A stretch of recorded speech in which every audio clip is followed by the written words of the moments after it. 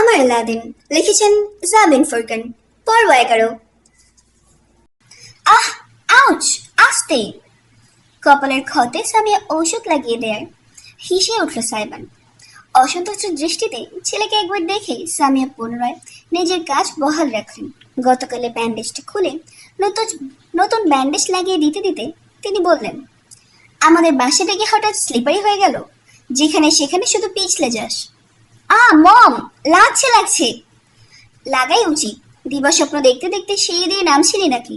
25 বছরের একটা ধারী ছেলে জীবনের এতগুলো বছরও একবারও এদিক সেদিক কোথাও পা হড়কে পড়লো না।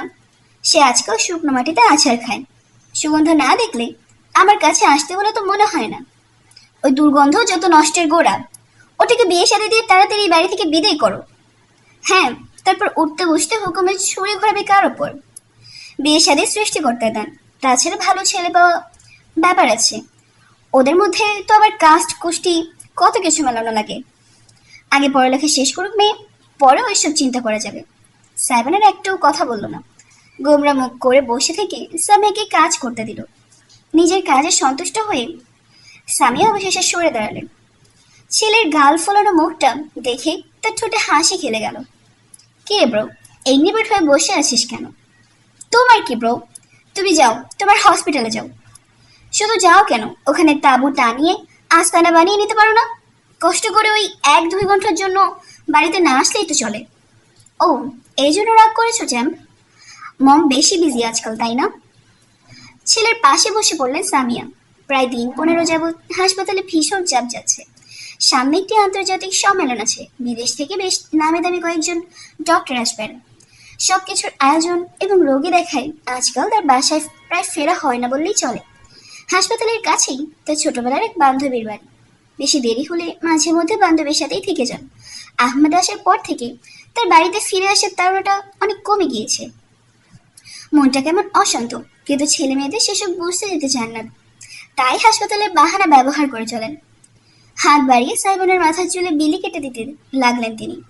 ছেলেও চোখ বুজে বিড়াল ছাড়ার মতো তার কোল ঘেঁষে শুয়ে পড়ল। এই সময়টা তার ভীষণ প্রিয়, যখন তার চঞ্চল ছেলেটা বাইরের জগৎ ছেড়ে এসে তার কোলে আশ্রয় নেয়। আমি তো ভাবলাম বাড়িতে মানুষ প্রাইভেসি পাবে, কিন্তু দেখছি তো হিতে বিপরীত। তারপর বলবো, আলাদা রুমে থেকে বিবাহিত জীবনের স্বাদ কেমন নিচ্ছিস? সাইবানের শান্ত মুখটা কুঁচকে গেল। জিভে চুপ করে বিরক্তিবোধক একটা শব্দ দিলে সে বলল, জয়নের আম্মা সকিনার জন্য আমি কালকেই ছেলে দেখা শুরু করব। সিসিটিভিটা আমাকে একদণ্ড শান্তি যদি দিত। এইভাবে বলছিস কেন? খবর সারিকেও পাচার করে থাকতে পারে। ওই ছেড় থেকে চিল মানুষ দুনিয়ায় 2টা নেই। She can not careless about this সাংসারিক ঝামেলা। সব দুর্গন্ধই করে। সারাদিন বসে বসে নাগিন সিরিয়াল দেখলে তো এই হবে। সিরিয়াসলি ব্রো, টপিক চেঞ্জ করছিস কেন? মমকে বলবি না কি হয়েছে? গলার সুর পরিবর্তন করলেন সামিয়া। নরম হলেন ভীষণ। সাইমনের মাথায় বিলি কাটতে লাগলেন। ছেলে তার আর কোনো কথা বলল না, শান্ত হয়ে চুপটি করে রইল। ইরম কিছু বলেছে সেদিন ব্যাপারে? অবশেষে মুখ তুলে মায়ের দিকে তাকালো সাইমন। উনি আমাকে বলা কবে ছেড়েছে? সন্দেহ না রন্ধ্রে রন্ধ্রে মিশে গিয়েছে। এভাবে বলছিস কেন? তিতলির বাবা মায়ের কাণ্ডে এখনো নারাজ বুঝি? আমি জানি না, আজকাল কথা হয় না। সাইমন কাঁধ তুলে ঠোঁট উল্টে এমনভাবে বলল যেন ইরামের সঙ্গে সে কথাবার্তা বলে না। এতে তার কিছুই যায় আসে না। অথচ সেই ডোন্ট কেয়ার মনোভাবের আড়ালে লুকিয়ে থাকা বিষণ্ণতাটুকু সামিয়া মা বলেই বোধহয় ধরতে পারলেন। বিলি কাটা থামিয়ে ছেলের বুকে হাত রেখে আলতো করে চাপড়াতে লাগলেন সামিয়া, যেন ঘুম পাড়াচ্ছেন। তার নমনীয় কণ্ঠস্বর বাজল সাইবানের কানে। আমি ইরামকে বুঝতে পারছি, তোকেও বুঝতে পারছি। আর আমার মনে হয় তোরা কেউই দোষী না। ইরাম একটা কালো অতীত থেকে বেরিয়ে এসেছে। হুট করে ওর নতুনভাবে কাউকে জোর দিয়ে বিশ্বাস না করাটা স্বাভাবিক। ওর মনের অবস্থাটা বোঝার চেষ্টা কর। নিজের আগে সবসময় ওকে ওর বাচ্চার কথা ভাবতে হচ্ছে। ও চাইলে এই বাড়ি থেকে চলে যেতে পারবে না, কারণ ওই বাচ্চা। দেখ, ভাগ্যের কাছে কতটা অসহায় একটা মানুষ। ওর ফ্রাস্ট্রেটেড হয়ে যাওয়াটাই নর্মাল। এই যে তুমি মাত্রই বললে তুমি নাকি আমাকেও বুঝতে পারছো মম, তাহলে তোমার সমস্ত কথাই শুধু ওনার পক্ষে সাফাই কেন? সামিয়ার হাঁটু আঁকড়ে ধরে কোলে মুখ গুজে রাখলো সাইবান। তার গম্ভীর কণ্ঠস্বর ভেসে এলো, আম ট্রাইং, ওকে, কিন্তু চেষ্টা তো শুধু একজন করলে হবে না। এক নৌকায় যদি দুজন মাঝি থাকে তাহলে দুজনকেই সমান তালে নৌকা বইতে হয়। যদি একজনই বাড়িতে থাকে আর অন্যজন হাল ছেড়ে আয়েশ করে, তাহলে তো নৌকা বেশি দূর এগোবে না। সামিয়া মুখ নামিয়ে ছেলের মাথায় একটা স্নেহের চুমু খেলেন। তারপর তার কানের কাছে গিয়ে মোলায়েম গলায় বললেন, যে কথাগুলো আমাকে বলছিস সেগুলো ইরানকে সরাসরি কেন বলিস না? একটা সম্পর্ক ধরে রাখার মূল ভিত্তি হলো কমিউনিকেশন। একে অপরকে না বোঝাটা কোনো ফ্যাক্ট না। ফ্যাক্ট হলো নিজেদের অনুভূতিগুলো সৎভাবে একে অন্যের সাথে শেয়ার না করাটা। এরকম চাপা স্বভাবের, তাই যোগাযোগটা তোকে একবারই শুরু করতে হবে। হ্যাঁ, যদি এরপরও সমাধান না হয় সেটা অন্য ব্যাপার, কিন্তু শুরু তো কাউকে না কাউকে করতে হবে বল। তুমি আর ড্যাডও তো কমিউনিকেশন করো না মম। সাইমন এমন একটা কথা একদম বেখেয়ালে বলবে সামিয়া আশাও করেননি। সম্পূর্ণ জমে গেলেন তিনি। ছেলে তার দিকে তাকিয়ে নি, কোলে মুখ গুজে আছে। যদি তাকিয়ে থাকতো তাহলে অপরাধ বোধ ছাড়া কি তিনি ওই চোখের দৃষ্টি দেখতে পারতেন? কোনোদিন না। সামিয়া ছট করে পাশ ফিরে তাকালেন। হঠাৎ করে তার সব শব্দ হারিয়ে গিয়েছে। ছেলেকে তিনি আর কোনো উপদেশ দিতে পারলেন না। যে অপরাধের অপরাধী তিনি নিজে, সেই উপদেশ ছেলেকে কিভাবে দেবেন? মা ছেলে কারোরই আর একে অপরের সাথে কথা বলা হলো না। দুজনে একদম চুপ করে রইল। অতপর সাইবানের ফোন ভাইব্রেট করে উঠল পকেটে। মায়ের কাছ থেকে নিজেকে ছাড়িয়ে সে ফোন রিসিভ করলো। ওপাশ থেকে কথাগুলো শুনলো বেশ মনোযোগ দিয়ে। তার নির্মল চেহারা ক্রমশ তীক্ষ্ণতর হয়ে উঠল। সামিয়া খানিক আশঙ্কা বোধ করলেন। কি হয়েছে? তিনি প্রশ্ন করলেন। সাইবান প্রথমটা জবাব না দিয়ে উঠে দাঁড়ালো। চেয়ারে ছুঁড়ে রাখা নিজের রংচটে জ্যাকেটটা গায়ে জড়িয়ে রুমের বাইরের দিকে এগোলো। তবে বের হওয়ার আগে পেছন ফিরে এসে মাকে জানালো, বক্তিয়ারের লাশ পাওয়া গিয়েছে। আমি থানায় যাচ্ছি, খবরটা ওনাকে জানানোর কোনো প্রয়োজন নেই। এটুকু বলেই সাইবান ঝড়ের গতিতে বেরিয়ে গেল। সামিয়া বিছানায় হতবাক হয়ে বসে রইলেন। উনি বলতে ইরানকে বুঝিয়ে এসেছে, তাতে কোনো সন্দেহ নেই। মাথা চিপে ধরলেন তিনি। বুকের ভেতর ভয় ভর করলো। এই কোন অশুভ চক্রে জড়িয়ে যাচ্ছে তার পরিবার? নিজের ক্লাস শেষে করিডর ধরে এগিয়ে যাচ্ছে কায়সান। তখনই পেছন থেকে ডাক ভেসে এলো, কায়সান! ঝট করে ঘুরে তাকালো সে। ছুটে আসছে ইরান। রমণের পরনে একটা লাল বর্ণের তাঁতের শাড়ি, ঠিক কটকটে লাল নয়, একদম হালকা শেড, যার কারণে চোখ আরাম পায়। পরিপাটি করে জড়ানো বস্ত্রটি অন্যান্য দিনের তুলনায় ইরানকে একটু বেশি আকর্ষণীয় করে তুলেছে। লম্বা চুলগুলো খোপা বাঁধা, তাতে আবার একটা বাগান বিলাস ফুল গুজে দেওয়া, অসাধারণ লাগছে। পুরো দোস্তর বাংলাদেশি রমণী। কাইসার ক্ষণিকের জন্য দৃষ্টি ফেরাতে পারল না নিজে। অজান্তে ইরানের ছুটে আসাতে থাকা অবয়বে আটকে রইল তার গভীর চোখ জোড়া। ইরান কাছে এসে থামলো, বিরাট করে হাসলো। তোমার জন্য সারপ্রাইজ আছে। কাইসার ভ্রু উঁচু করে তাকালো। ইরান কোর্সের ক্লাস করছে, 1 সপ্তাহ হয়ে গিয়েছে। এই 1 সপ্তাহে শিক্ষক শিক্ষার্থীর বন্ধনের পাশাপাশি তাদের মাঝে পুরাতন বন্ধুত্বের আবহটা ফিরে এসেছে। উভয়ই এখন একে অপরকে নাম ধরে তুমি বলে সম্বোধন করে। যদিও ক্লাসের ভেতর সে ইরামের জন্য মিস্টার রুশদি, আর তার জন্য ইরাম মিসেস কিবরিয়া। সম্পূর্ণরূপে ইরামের দিকে ঘুরে দাঁড়ালো কাইসার। শুধালো, সারপ্রাইজ? ইরাম মাথা তুলে নিজের হাতের ম্যাকবুকটা খুলে দেখালো। স্ক্রিনে তার ফাইবার অ্যাকাউন্টের ছবি। সেখানে স্পষ্ট দেখা যাচ্ছে একটা কাজের অনুরোধ পেয়েছে সে। ইরাম খানিকটা গর্বিত কণ্ঠস্বরে জানালো, কোর্সের আগে অ্যাকাউন্ট খুলে আমি অ্যাড দিয়ে রেখেছিলাম, $5 আর্টিকেলের কাজ করে দেব। বেশ কয়েকটা স্যাম্পলও রেডি করে রেখেছি। যেহেতু কলেজ ভার্সিটিতে কম্পিউটার টুকটাক কাজ শেখা হয়েছিল, একজন যোগাযোগ করেছে। সে আমার থেকে 2টো আর্টিকেল নিতে চায়, $8 দেবে। একসাথে দুটো যেহেতু নিচ্ছে, আমি রাজি হয়ে গিয়েছি ডিসকাউন্টে। আমার প্রথম ফ্রিল্যান্সিং কাজ। ব্রিলিয়েন্ট! কাইসানের চোখ চকচক করে উঠল। বিস্তৃত হাসি ছেয়ে গেল তার তীক্ষ্ণ শ্যামলা মুখ জুড়ে।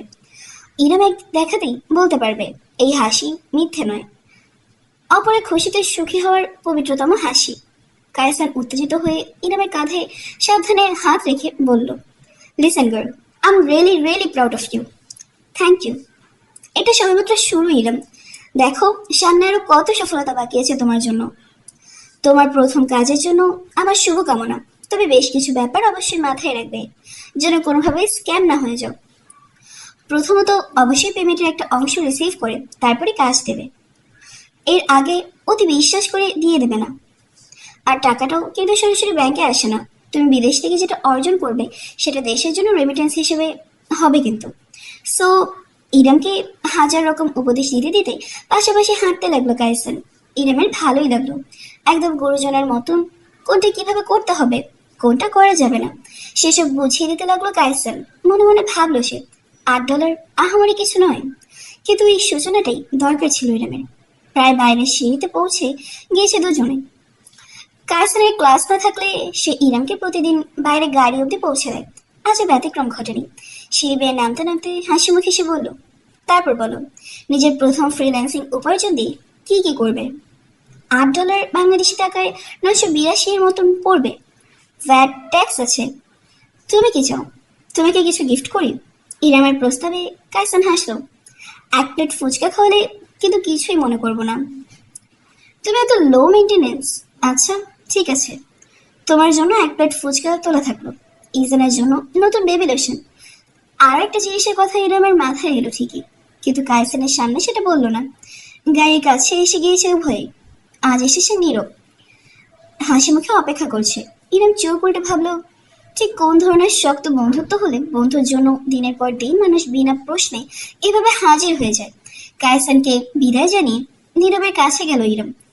তোমারও বিশেষ কোনো কর্ম নেই বুঝতে পারছি। এটাই আমার কর্ম, এর জন্য বেতন পাই, আপনি জানেন না? একগাল হেসে বলল নীরব। ইরাম সন্দেহের নজরে তাকালো। সত্যিই বেতন পাই নাকি মজা করলো? মাথা ঘামালো না আর, শুধু দিন গুনছে সে। দেখবে আর কতদিন সাইবানের চোর পুলিশের খেলা জারি রাখতে পারে তার সাথে। আচ্ছা, বাড়িতে ফেরার আগে একবার সুপার শপে নামবো, চিজ কিনতে হবে। বাড়িতে ছিল না, চিজ পাস্তা বানাবো আজ। তুমিও ইনভাইটেড। আরে ভাবি, আপনি তো জোস। দুইজনেই গাড়ির ভেতর উঠে বসলো। কিছুক্ষণ বাদে মাঝ রাস্তায় সুপার শপের সামনে গাড়ি থামালো ড্রাইভার। ইরাম এবং নীরব বেরিয়ে ভেতরে ঢুকলো। বাস্কেট নিয়ে চিজ, পাস্তা আর টুকটাক জিনিস এরা নিচ্ছে ঠিক এমন সময় বিপরীত দিক থেকে আসছে থেকে কারোর সঙ্গে আস্তে ধাক্কা লাগলো তার। ও, এক্সট্রিমলি সরি। এরম শুনে দাতেই খানিক অবাক হয়ে গেল।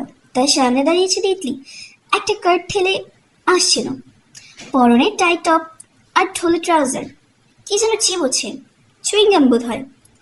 ইরামকে দেখে চোখে বুঝি তার তারা ফুটে উঠল মেয়েটার।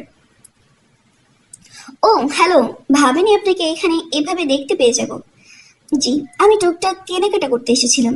এটুকু বলে ইরাম ইচ্ছেকৃতভাবে তিতলিকে এড়িয়ে যেতে চাইল, কিন্তু পারল না। মেয়েটা তার পেছন পেছনে এলো। দেখা হয়ে ভালোই হলো, আপনাকে কিছু বলার ছিল আমার। ইরাম থামলো না, তাক থেকে নামিয়ে জিনিস দেখতে দেখতেই জানালো, বলো। সেদিনের জন্য আমি দুঃখিত। জিনের কাছে সরি বলেছি, কিন্তু আপনাকে বলা হয়নি। জিনি? খানিকটা অবাক হয়ে ইরাম। এবার ফিরে তাকালো তিতলির দিকে। মেয়েটা মাথা ঝেঁকে বলল, ও সাইবান। ওর আলাদিন নামটা খুব সুন্দর না? আলাদিনের রূপকথায় জিনকে মিলিয়ে ওকে ডাকি Jini. After all he special. আচ্ছা। শান্তভাবে মোকাবেলা করার চেষ্টা করলো ইরাম, নিজের কাজে মনোযোগ দিল। তিতলি বলে গেল, দেখুন, আপনার কাছে অস্বীকার করার কিছুই নেই। এসব বিষয় লুকিয়ে রাখা উচিত না। আমি আগে জিনিকে পছন্দ করতাম, বাবা মা বুঝতে পারতো। এই জন্যই তারা ওই দিন সাহস করে আমাকে না জেনে আগবাড়ি বিয়ের প্রস্তাব নিয়ে গিয়েছিলেন। পুরোটাই আমার দোষ। কাজে চেপে ওই বিয়ের বিষয়টা শেয়ার করা হয়নি। আমার বাবা মায়ের কোনো দোষ ছিল না। আমি এই জন্য ক্ষমাও চেয়েছি এবং চাইছি। তবে আপনি আমার বাবা মায়ের সঙ্গে যে ব্যবহার করেছেন সেটা কিন্তু বেয়াদবি। থমকালো ইরাম। তিতলির কথার মাঝে কোনো ভুল নেই, প্রত্যেকটা বাক্য সত্যি এবং সৎ। এতটা সৎভাবে উপস্থাপন, সূক্ষ্মভাবে ঘটনাগুলো স্তরে স্তরে মস্তিষ্কে সাজানো এক প্রকার ট্যালেন্ট। সেই ট্যালেন্ট তিতলির আছে, সে ভালো মতো বুঝে গেল। একটা নিঃশ্বাস ফেলল। দেখো তিতলি, আমার ওদের সাথে বেয়াদবি করার ইচ্ছে ছিল না, কিন্তু হঠাৎ করে বাড়ি বয়ে এসে কেউ তোমার হাজব্যান্ডকে নিয়ে মন করার স্বপ্ন বললে তুমি কি করবে? মেয়ে হিসেবে ভেবে দেখো, আশা করি বুঝে যাবে। আর আমি আমার ঔদ্ধত্য স্বীকার করে নিচ্ছি। আমার মাথা তখন গরম ছিল, তাই আমার পক্ষ থেকে তোমার বাবা মাকে সরি বলো। কোনোদিন দেখা হলে আমি নিজে থেকেই বলবো। হাজব্যান্ড হাজব্যান্ড হিসেবে আদৌ মানেন ওকে? ইরাম এত কিছু বলো, অথচ তিতলি শুধু ওই অংশটুকু ধরলো দেখে সে ভ্যাবাচিকে খেয়ে গেল। ভ্রুকুচকে খানিকটা বিরক্তি এবং চাপা ক্রোধ নিয়ে তাকালো। মানে, কি বলতে চাইছো তুমি? এটাই যে বৈবাহিক সম্পর্কে বিশ্বাস না থাকলে কিছুই টেকে না। এরম বরফের মতো চেয়ে রইল তিতলির দিকে। তিতলি অবশ্য বেশ স্বাভাবিক। সে তাক থেকে বেশ কিছু রেডিমেড নাস্তার প্যাকেট নামিয়ে কার্টে রাখতে রাখতে বলল, আমি আপনাদের মাঝে তৃতীয় ব্যক্তি, তবুও না বলে পারছি না। আপনি যেমন ভাবছেন যিনি তেমন না। হ্যাঁ, একটু রকচটা, চঞ্চল বটে, তবে লয়ালও। ও জানে কিভাবে বাউন্ডারি দিতে হয়। এটাও বুঝতে পারছি আপনার অতীত সম্পর্কে ট্রমা থেকে বেরিয়ে আসাটা কষ্টকর। তবু অনুরোধ থাকবে, অতীতের দোহাই দিয়ে বর্তমানকে একই স্টেরিওটাইপে ফেলবেন না। অতীত? কি জানো তুমি আমার অতীত সম্পর্কে? আপনার এক্স হাজবেন্ড পরকে করতো, রাইট? এই জন্য যিনিকে বিশ্বাস করতে আপনার কষ্ট হচ্ছে। মেয়ে হিসেবে আপনার কষ্ট আমি বুঝতে পারছি। আপনার প্রতি পূর্ণ সমর্থনও আমার আছে। তবে আপনার জন্য যেন অন্য কেউ বিনা দোষে কষ্ট না পায়, সেই বিষয়টা দেখাও আপনার দায়িত্ব। ইরামার একটা শব্দ উচ্চারণ করতে পারল না। ধারালো চোখে চেয়ে রইল তিতলির দিকে, একটানা বিনা বাক্যে। এমন সময় ঘটনাস্থলে উপস্থিত হলো নীরব। সে এতক্ষণ যাবৎ দরজার কাছে দাঁড়িয়েছিল, এখন এসে তিতলির বলা শেষ কথাগুলো শুনে ফেলেছে। দ্রুত এসে উভয় রমণীর মাঝে দাঁড়ালো সে।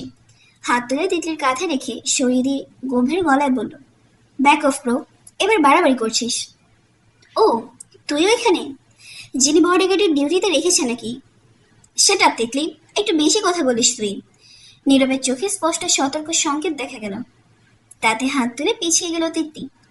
আমি শুধু সাহায্যই করতে চাইছিলাম। নীরব আর পাত্তা দিল না, ইরামের দিকে ফিরল। তার হাত থেকে বাস্কেট নিয়ে ক্যাশিয়ারের দিকে যেতে যেতে বলল, আপনি প্লিজ আসুন ভাবি, দেরি হয়ে যাচ্ছে। আপনাকে বাড়িতে পৌঁছে দিয়ে আমি কাজে যাব। ইরাম শেষ এক পলক তিতলির দিকে তাকালো, আর একটাও কথা বলল না। হন হন করে হেঁটে চলে গেল। তার হাঁটার ভঙ্গি এবং দুহাত শক্তভাবে মুঠো পাকানোর দৃশ্যে যে কেউ বুঝতে সক্ষম ভীষণভাবে রেগে গিয়েছে সে। সাইবার ডাইনিং টেবিলে বসেছে। আজকে ভাত খাওয়ার ইচ্ছে নেই তার। সারা সকাল বাইরে ছিল। পিৎজা অর্ডার করেছে সে, সঙ্গে বিশাল বড় কোলা। গ্লাসে কোলা ঢেলে আঙুল মোটকে আয়েশ করে যখন পিৎজায় কামড় বসাবে, ঠিক তখনই বাড়ির ভেতর ঢুকলো ইরাম। সাইবার নিজের জায়গায় জমে গেল, ট্যাপ ট্যাপ করে চেয়ে রইল, কারণ ইরামকে মোটেও স্বাভাবিক দেখাচ্ছে না। চোখের দৃষ্টি ভীষণ উদ্ভ্রান্ত মেয়েটার, কেমন যেন ধোঁয়াশা চোখের মাঝে। শান্ত নির্মল মুখটায় গাঢ় আধার, চলনে তীক্ষ্ণতা, শাড়ি পরা সত্ত্বেও বিন্দুমাত্র কোমলতা নেই। হন হন করে হেঁটে আসছে সে, ঘূর্ণিঝড় হয়ে। সাইমনের ভ্রু উঁচু হলো, তবে সে কিছুই করার সুযোগ পেল না।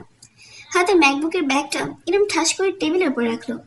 তারপরে এগিয়ে এসে হুট করে সাইবানের শার্টের কলার টেনে ধরলো। একটা মেয়ের গায়ে এত শক্তি থাকতে পারে, সাইবান আজ ইরামকে না অনুভব করলে কোনোদিন হয়তো টের পেত না। এক ঝটকায় চেয়ার থেকে টেনে তাকে দাঁড় করে ফেললো ইরাম। ক্রুদ্ধ চোখে চেয়ে গর্জে উঠল, আমার অতীতের কথা বলার অধিকার তোমাকে কে দিয়েছে? সাইবান হতভম্ব হয়ে পড়ল। চোখ মিলে অসহায়ের মতন তাকিয়ে এলো সে অর্ধাঙ্গিনীর দিকে। ইরাম তার কলার ধরে ঝাঁকিয়ে ঝাঁকিয়ে চেঁচিয়ে উঠল, আমার এক্স হাজব্যান্ড পরকে করে। আমার প্রেজেন্ট হাজব্যান্ডের সাথেই আমার ঝগড়া চলে। এটা বাইরের মানুষ জানবে কেন? কেন জানবে আলাদিন? জবাব দাও। তোমার এত বড় স্পর্ধা, তুমি আমার অগোচরে ঘরের কথা বাইরে পাচার করো। You idiot, responsible, immature, insufferable boy. Shut the fuck up right now, selfish one. পাল্টা চিৎকার করে উঠল সাইবানো। দুজনে যেন আজ দুজনের মাথা খুইয়ে বসেছে। এম তো গলার নিচে রেখেছিল, সাইবার একটু নিয়ন্ত্রণে রাখলো না। তার পুরো শরীর ধমকের আওয়াজে কিচেন থেকে সুগন্ধা ছুটে এলো। ইজানকে সবেমাত্র ঘুম পাড়াতে সক্ষম হওয়া সারিকাও দৌড়ে এলো। স্বামী আজ বাড়িতে ছিলেন। তিনি এমনকি সবসময় আড়ালে থাকা আহমদ অব্দি নিজের রুমে নির্বাসন ত্যাগ করে হল রুমে চলে এলেন। এরম সবাইকে আশেপাশে দেখে আঙুল তুলে সাইবানকে শাসালো, গলা নিচে, একদম নিচে। সাইবানের হাত খপ করে ধরে ফেলল সে, উদ্দেশ্য স্বামীকে টেনে বেডরুমে নিয়ে যাওয়া। সকলের সামনে এসব বলতে ইচ্ছুক নয় সে, না তো ইচ্ছুক পশুর মতো ঝগড়া করতে। কিন্তু সাইবান আজ বোধ খুঁয়ে বসেছে। এতদিন যাবৎ তার সঙ্গে কথা না বলা, অভিমান করে থাকা, পর্যাপ্ত আগ্রহ এবং যত্নের অভাবে তার মানসিক অবস্থা সম্পূর্ণ ভেঙে পড়েছে। ঝটকা দিয়ে নিজের হাত ছাড়িয়ে নিল সে। পাল্টা হুঙ্কার দিয়ে ইনামকে সে বলল, মা লাগেন আমার? হ্যাঁ, মা লাগেন আপনি আমার? আমি আপনার বাচ্চা? যখন ইচ্ছা যেখানে ইচ্ছা আপনি আমার মাথার উপর ফাটবেন আর আমি চুপচাপ দেখে যাব, এই ভাবেন আপনি? ও, তাহলে তুমি সারা বাড়ির মানুষকে শোনাতে চাও? সেটাই তো তোমার স্বভাব। সমাজে কথা ছড়াতে পারো আর বাড়িতে ছড়াবে না? ছড়িয়েছি, বেশ করেছি। আপনার নামে আরো কিছু ছড়ানো উচিত। পাগল হয়ে গিয়েছিস তুই? সামিয়া ছুটে যেতে চাইলেন ছেলে বউয়ের মাঝখানে, কিন্তু সারিকা মাকে চেপে ধরলো, ওদের সমস্যা, ইন্টারফেয়ার করো না। আজকে ফেটেছে যখন ফাটতে দাও। সত্যি বলুক অন্তত একে অপরকে। স্বামী মেয়ের বাহুর মাঝে হতবাক হয়ে দেখতে লাগলেন কাণ্ড, অসহায়ের মতন। পাত্তাও দেয়নি ইরাম কিংবা সাইবানের কেউই। উভয়ই একে অপরের ক্রোধে ডুবে আছে। তোমার সমস্যা কোথায় আলাদিন? আমি তোমার কোন পাকা ধানে মই দিয়েছি? আমাকে মানুষের সামনে নিজ প্রমাণ করে তুমি কি পাও?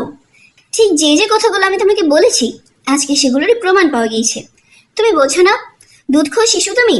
আমাদের দাম্পত্য জীবনের গোপন কথা তোমার মেয়ের মাধ্যমে কেন জানবে? কিসের পরামর্শ দরকার ছিল তোমার? বাসায় মা বোনকে যে কথা বলতে পারোনি সে কথা বলতে গিয়েছো বান্ধবীকে, আর আমি তোমাকে সন্দেহ করলে দোষ? মাথায় রক্ত চড়ে গেল সাইবানের। শটান হয়ে খুশি হাঁকালো সে। আটকে উঠলো সবাই। এই বুঝে ইরাম আঘাত পায়, অথচ সাইবানের খুশিটা গিয়ে লাগলো সিঁড়ির রেলিংয়ে। চামড়া ফেটে রক্ত গড়তে লাগলো। দাঁত কিরমির করলো সে। দুপাশে তীক্ষ্ণ সুচেরো দাঁত জোড়া বেরিয়ে এলো। তাই সুদর্শন চেহারা হয়ে উঠলো পাশবিক। সন্দেহ, সন্দেহ, সন্দেহ। I am fucking tired of this. সাইবানের চোখ জোড়া বুঝি লাজে হয়ে উঠেছে। ঘর ঘর শব্দ বেরোচ্ছে তার গলা থেকে। ইরামের সামনে বুঝি কোনো পশুই দাঁড়িয়ে আছে। আমি আপনার কাছে চকলেটের মোড়ক, যাকে চেটে ফেলে দেওয়া হয় ডাস্টবিনে। অন্যের বেলায় চোখে ঠুলে পড়ে থাকেন, আর আমার বেলায় অনুবীক্ষণের নিচে ফিরে মাপেন। আপনি এত স্বার্থপর কেন ইরাম আপু? ইরাম জবাব দিতে পারো না, স্তব্ধ হয়ে দাঁড়িয়ে রইল। সাইবান আজ থেমেনি, সে ভেতরে সবকিছু উগড়ে দিচ্ছে। সত্যি কথা কি জানেন, আমি আপনার মতন স্বার্থপর মানুষ জীবনে দুটো দেখিনি। আপনার আমার বান্ধবীর কথা বলছেন, তিতলি? আরে ও তো আমার জীবনের এমন সময় আমার পাশে ছিল যখন আপনার টিকিটও খুঁজে পাওয়া যায়নি। আপনি তখন নিজের সংসারে নিজের স্বামীর সাথে আয়েশ করছিলেন। আপনি কি বুঝবেন আমাকে, আমার বন্ধুত্বকে, আমার প্রায়োরিটিকে? আপনার শিক্ষা দীক্ষা সব ভুয়া। আপনি জানেন শুধু মানুষকে ব্যবহার করতে। আমাকে বিয়ে করে ব্যবহার করে যাচ্ছেন ইচ্ছে মতো। আমার টাকা, আমার নিরাপত্তা, আমার সব কিছু আপনি আর আপনার ছেলে মিলে লুটে নিচ্ছেন। এরপর সুযোগ বুঝে একটা সময় চলে যাবেন। লজ্জা করেন আপনার? কোনোদিন সংকোচ হয় না? সাই, দ্য হেল! এবার অতিরিক্ত বলছিস তুই। সাইকেলতে আর না বলে থাকতে পারলো না, তবে সাইবান বোনের দিকে ঘুরে তাকালো না। আহমদ মিস্ত্রির পাশে থামে হেলা দিয়ে বিনোদনের সঙ্গে দেখতে দেখতে মন্তব্য করলেন, এটা আজ না হয় কাল হওয়ারই ছিল। তুমি এই পরিণতি ডেকে এনেছো, দেখছো সামিয়া? হাতের মশা শক্ত করে ফেললেন সামিয়া। এই মুহূর্তে স্বামীকে কিছুই বলতে পারলেন না। তার চোখে অস্ত্র টলটল করছে। সাইবান এবং ইরাম কেউ এর পরিবারের জন্য থেমে নেই। ইরাম অবশ্য নিশ্চুপ, কিন্তু সাইবানের একটা কথাও আর মাটিতে পড়ছে না। সে ক্লান্ত। বারবার অতীতের দোহাই দিয়ে সিম্পাথি কামাতে আসবেন না। এই পৃথিবী দয়ালু না, কেউ আপনাকে দয়া করবে না। আমাদের সবারই কোনো না কোনো অতীত আছে। পার্থক্য শুধু আমরা অতীত নিয়ে পড়ে থাকি না। সেখানে আপনি অতীত থেকে বিয়েই হতে পারছেন না। বিশ্বাস করতে না চাইলে বিয়ে করেছেন কেন? নাচতে নাচতে তো আমি যাইনি আপনার কাছে, অসহায় হয়ে আপনি এসেছেন। আর যখন আমি আপনার সাথে অ্যাডজাস্ট করে নিতে চাইলাম, তখনই আপনার সব সন্দেহ শুরু হয়ে গেল। হ্যাঁ জান, আমি বাইরে প্রেম করি।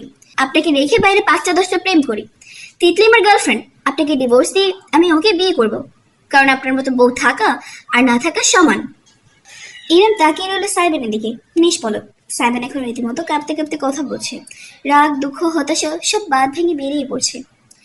আপনি আমাকে বিশ্বাস করেন না, এক ফোঁটা বিশ্বাস করেন না। সারা দুনিয়া বিবস্ত্র হয়ে আমার সামনে ঘুরে বেড়ালো। আমার পৌরসে আমি একটা আঁচ আসতে দেব না। আমার সেই ক্ষমতা আছে, সেই ধৈর্য, সে অধ্যাবসায় আর সেই শিক্ষা আছে। কিন্তু না, আপনি তো বুঝবেন না। পরকীয়া, বিশ্বাস ভাঙা, এইসব শব্দই তো চিনে নিয়েছেন আপনি, তাই না? আপনার আগের স্বামী আর আমি একই মানুষ আপনার কাছে, সির্ফ জানোয়ার। এই জানোয়ারকে শুধু ব্যবহার করে যান। বিশ্বাস ভরসা করতে হবে না। অতীত দিয়েই থাকুন আপনি, ট্রমাতেই বসবাস করুন। স্বার্থপর মহিলা। সাইমন হাঁপাচ্ছে। তীক্ষ্ণ চোখে চেয়ে সে হঠাৎ করে জমে গেল। ইরামের চোখ জোড়া টলটল করছে। অস্ত্র জমেছে ঠিকই, কিন্তু উপচে পড়ছে না অদম্য শক্তির জোরে। সাইমন চোখ পিটপিট করলো। বুকের ভেতর দামাম বাজলো তার। শেষ, শেষ, শেষ, শেষ। সব কিছু শেষ করে ফেলেছে সে। আমি স্বার্থপর, আমি অবিশ্বাসী, আমি সন্দেহ করি। ঠিকই বলছো আলাদিন, আমি তেমনই। ইরামের কণ্ঠ খানিক কাঁপলো। সাইমনের সামনে বসে তার গোটা দুনিয়া গুড়িয়ে গেল। হাত তুলল সে, কিন্তু ইরামকে ছুঁয়ে দেওয়ার আগেই সে হাত খপ করে ধরে ফেললো ইরাম। তাকে টানতে টানতে সিঁড়ি বেয়ে উপরে নিয়ে গেল। বাড়ির প্রত্যেকটা সদস্য স্তব্ধ হয়ে শুধু তাকিয়ে থাকতে পারলো। একটা বাক্য খরচ না করে ইরাম সাইবানকে সোজা নিজেদের বেডরুমে নিয়ে এলো। ধাক্কা দিয়ে ভেতরে ঢুকে দরজা বন্ধ করে নিল। সাইবান ভারসাম্য হারিয়ে বিছানায় বসে পড়লো, ফিরে তাকালো। তার মুখোমুখি দাঁড়ালো ইরাম। ডাগুর ডাগুর চোখে তীব্র ক্ষোভ এবং অশ্রু নিয়ে অত্যন্ত ঘৃণার চোখে দেখলো সে সাইবানকে। স্বামী তুমি আমার, তাই আমার শরীর দেখার অধিকার জন্মেছে তোমার। আপু, বিড়বিড় করতে পারলো শুধু সাইবান। তারপরে অবিশ্বাস্য ঘটনাটা ঘটলো। একটানে বুক থেকে শাড়ির আঁচল সরিয়ে ফেললো ইরাম। জিপার খুলে ঢিলে করে ফেললো ব্লাউজ। সাইবান ঝট করে দৃষ্টি সরিয়ে চোখ বুজে ফেললো। The hell you are doing? আমার দিকে তাকাও আলাদিন। ইরমের আদেশে চোখ খুলতে বাধ্য হলো সাইবান। অত্যন্ত সংকোচ নিয়ে মুখ ঘুরিয়ে তাকালো, সেখানেই তার পৃথিবী থমকে গেল। ইরমের কোমরে একটা হালকা ক্ষতের দাগ, কাপড় সরিয়ে ফেলায় তার উন্মুক্ত উদর জুড়ে লম্বা একটা তীক্ষ্ণ দাগ দেখা গেল, যেন অনেক সময় নিয়ে যত্ন করে মাংস কাটা হয়েছে। বুকের দিকটায় ঢেউ খেলানো এলোপাথারি পোড়ার দাগ, আরো অনেক কিছুই আছে, কিন্তু সাইমন দেখার সাহস পেল না। তার হৃস্পন্দন থমকে গিয়েছে। ইনামের অশ্রু অবশেষে গড়িয়ে পড়ল। নিজের বুকে হাত চেপে সে বলল, যে পুরুষ নিজের মুখে ভালোবাসার কথা বলতে বলতে শরীরে দাগ দিতে পারে, সেই পুরুষ জাতিকে এত সহজে বিশ্বাস করি কি করে? বলতে পারো আমার আলাদিন? অতীত। দ্রুত পা চালাচ্ছে ইরাম। ঘড়ির কাঁটায় রাত প্রায় 10:30। আজকে স্কুলের সাংস্কৃতিক অনুষ্ঠান ছিল। সে শিক্ষিকা হিসেবে আয়োজনের দায়িত্বে ছিল। অনুষ্ঠান শেষে অফিস থেকে বেতন তুলে ফিরতে ফিরতে এত দেরি। এমন দেরি বেশ অনেক দিনই বাদে হলো। শাড়ির আঁচল মাথায় তুলে ঘোমটা দিয়ে এগুলো সে। এলাকার মুরব্বীগণ এই সময় রাতের খাবার শেষে হাঁটতে বেরোন। মোড়ের টং দোকানে চা সিগারেটের আড্ডায় মাতেন। আজও ব্যতিক্রম নয়। 3-4 জন বৃদ্ধ এবং মধ্যবয়স্ক পুরুষদের একটা দল আয়েশ করে চা খেতে খেতে আলাপ করছে। ইরাম রাস্তার অপর পাশ দিয়ে যাচ্ছে। ঘোমটাটা একটু লম্বা করে টেনে দিল এবার। মুরব্বীদের দৃষ্টিতে পড়তে চায় না, কিন্তু পড়তে হলো। সঙ্গে সঙ্গে আড্ডার বিষয় বদলে গেল। বুঝলেন রফিক মিয়া, মাইয়া মানুষ 20তেই বুড়ি, 30-এ দাদি। বিয়ে সাথে ছাড়া মাইয়াগো সুখ নাই, সংসার ছাড়া কোনো গতি নাই। হ, আজকালকার মাইয়াগো দেখছেন কেমন বেটা মানুষের মতন এদিক সেদিক দৌড়াইয়া বেড়ায়, রাত বিরাতে রাস্তায় রাস্তায় হাঁটে। এরপর অঘটন ঘটলেই সব পুরুষগো দোষ। আরে তুই মাইয়া মানুষ, তোর ইজ্জতের চিন্তা নাই? ঠিক ঠিক। অদূর থেকে হেঁটে গেল। আসরের আলোচনার বিষয়বস্তু যে ইরাম স্বয়ং, এটা বুঝতেই তার বেগ পোহাতে হলো না। পাত্তা না দিয়ে সে হাঁটার জোর বাড়ালো। ঠিক তখন ডাক ভেসে এলো এক মুরব্বীর। কি গো ইরাম মা, আইলা কোন দিক দিয়া? গুরুজন। উত্তর না দিলে বেয়াদবি হবে, তাই ইরাম থামলো। খানিকটা কাছে এগিয়ে গিয়ে সালাম দিল। আসসালামু আলাইকুম। এই তো স্কুলে আজকে ফাংশন ছিল, তাই একটু দেরি। রাহাত আর ইহান মিয়া কি তোমারে আনতে যেতে পারে না? একলা মাইয়া মানুষ, রাত বিরাতে খালি দৌড়াদৌড়ি করো, বিপদ আপদ হইলে। রাহাত তো অনেক কাজ করে, ইহানও পড়াশোনায় ব্যস্ত। ব্যাপার না চাচা, আল্লাহ যার সাথে থাকে তার ভয় কিসের? এই ভাই ভাই করেই তো জীবন যৌবনটা ধ্বংস করলাম। তো মোখলেস মোল্লার পোলার সাথে নাকি তোমার সম্বন্ধ চলতেছিল, আগাইছে? আমাকে জানাইও মাইয়া।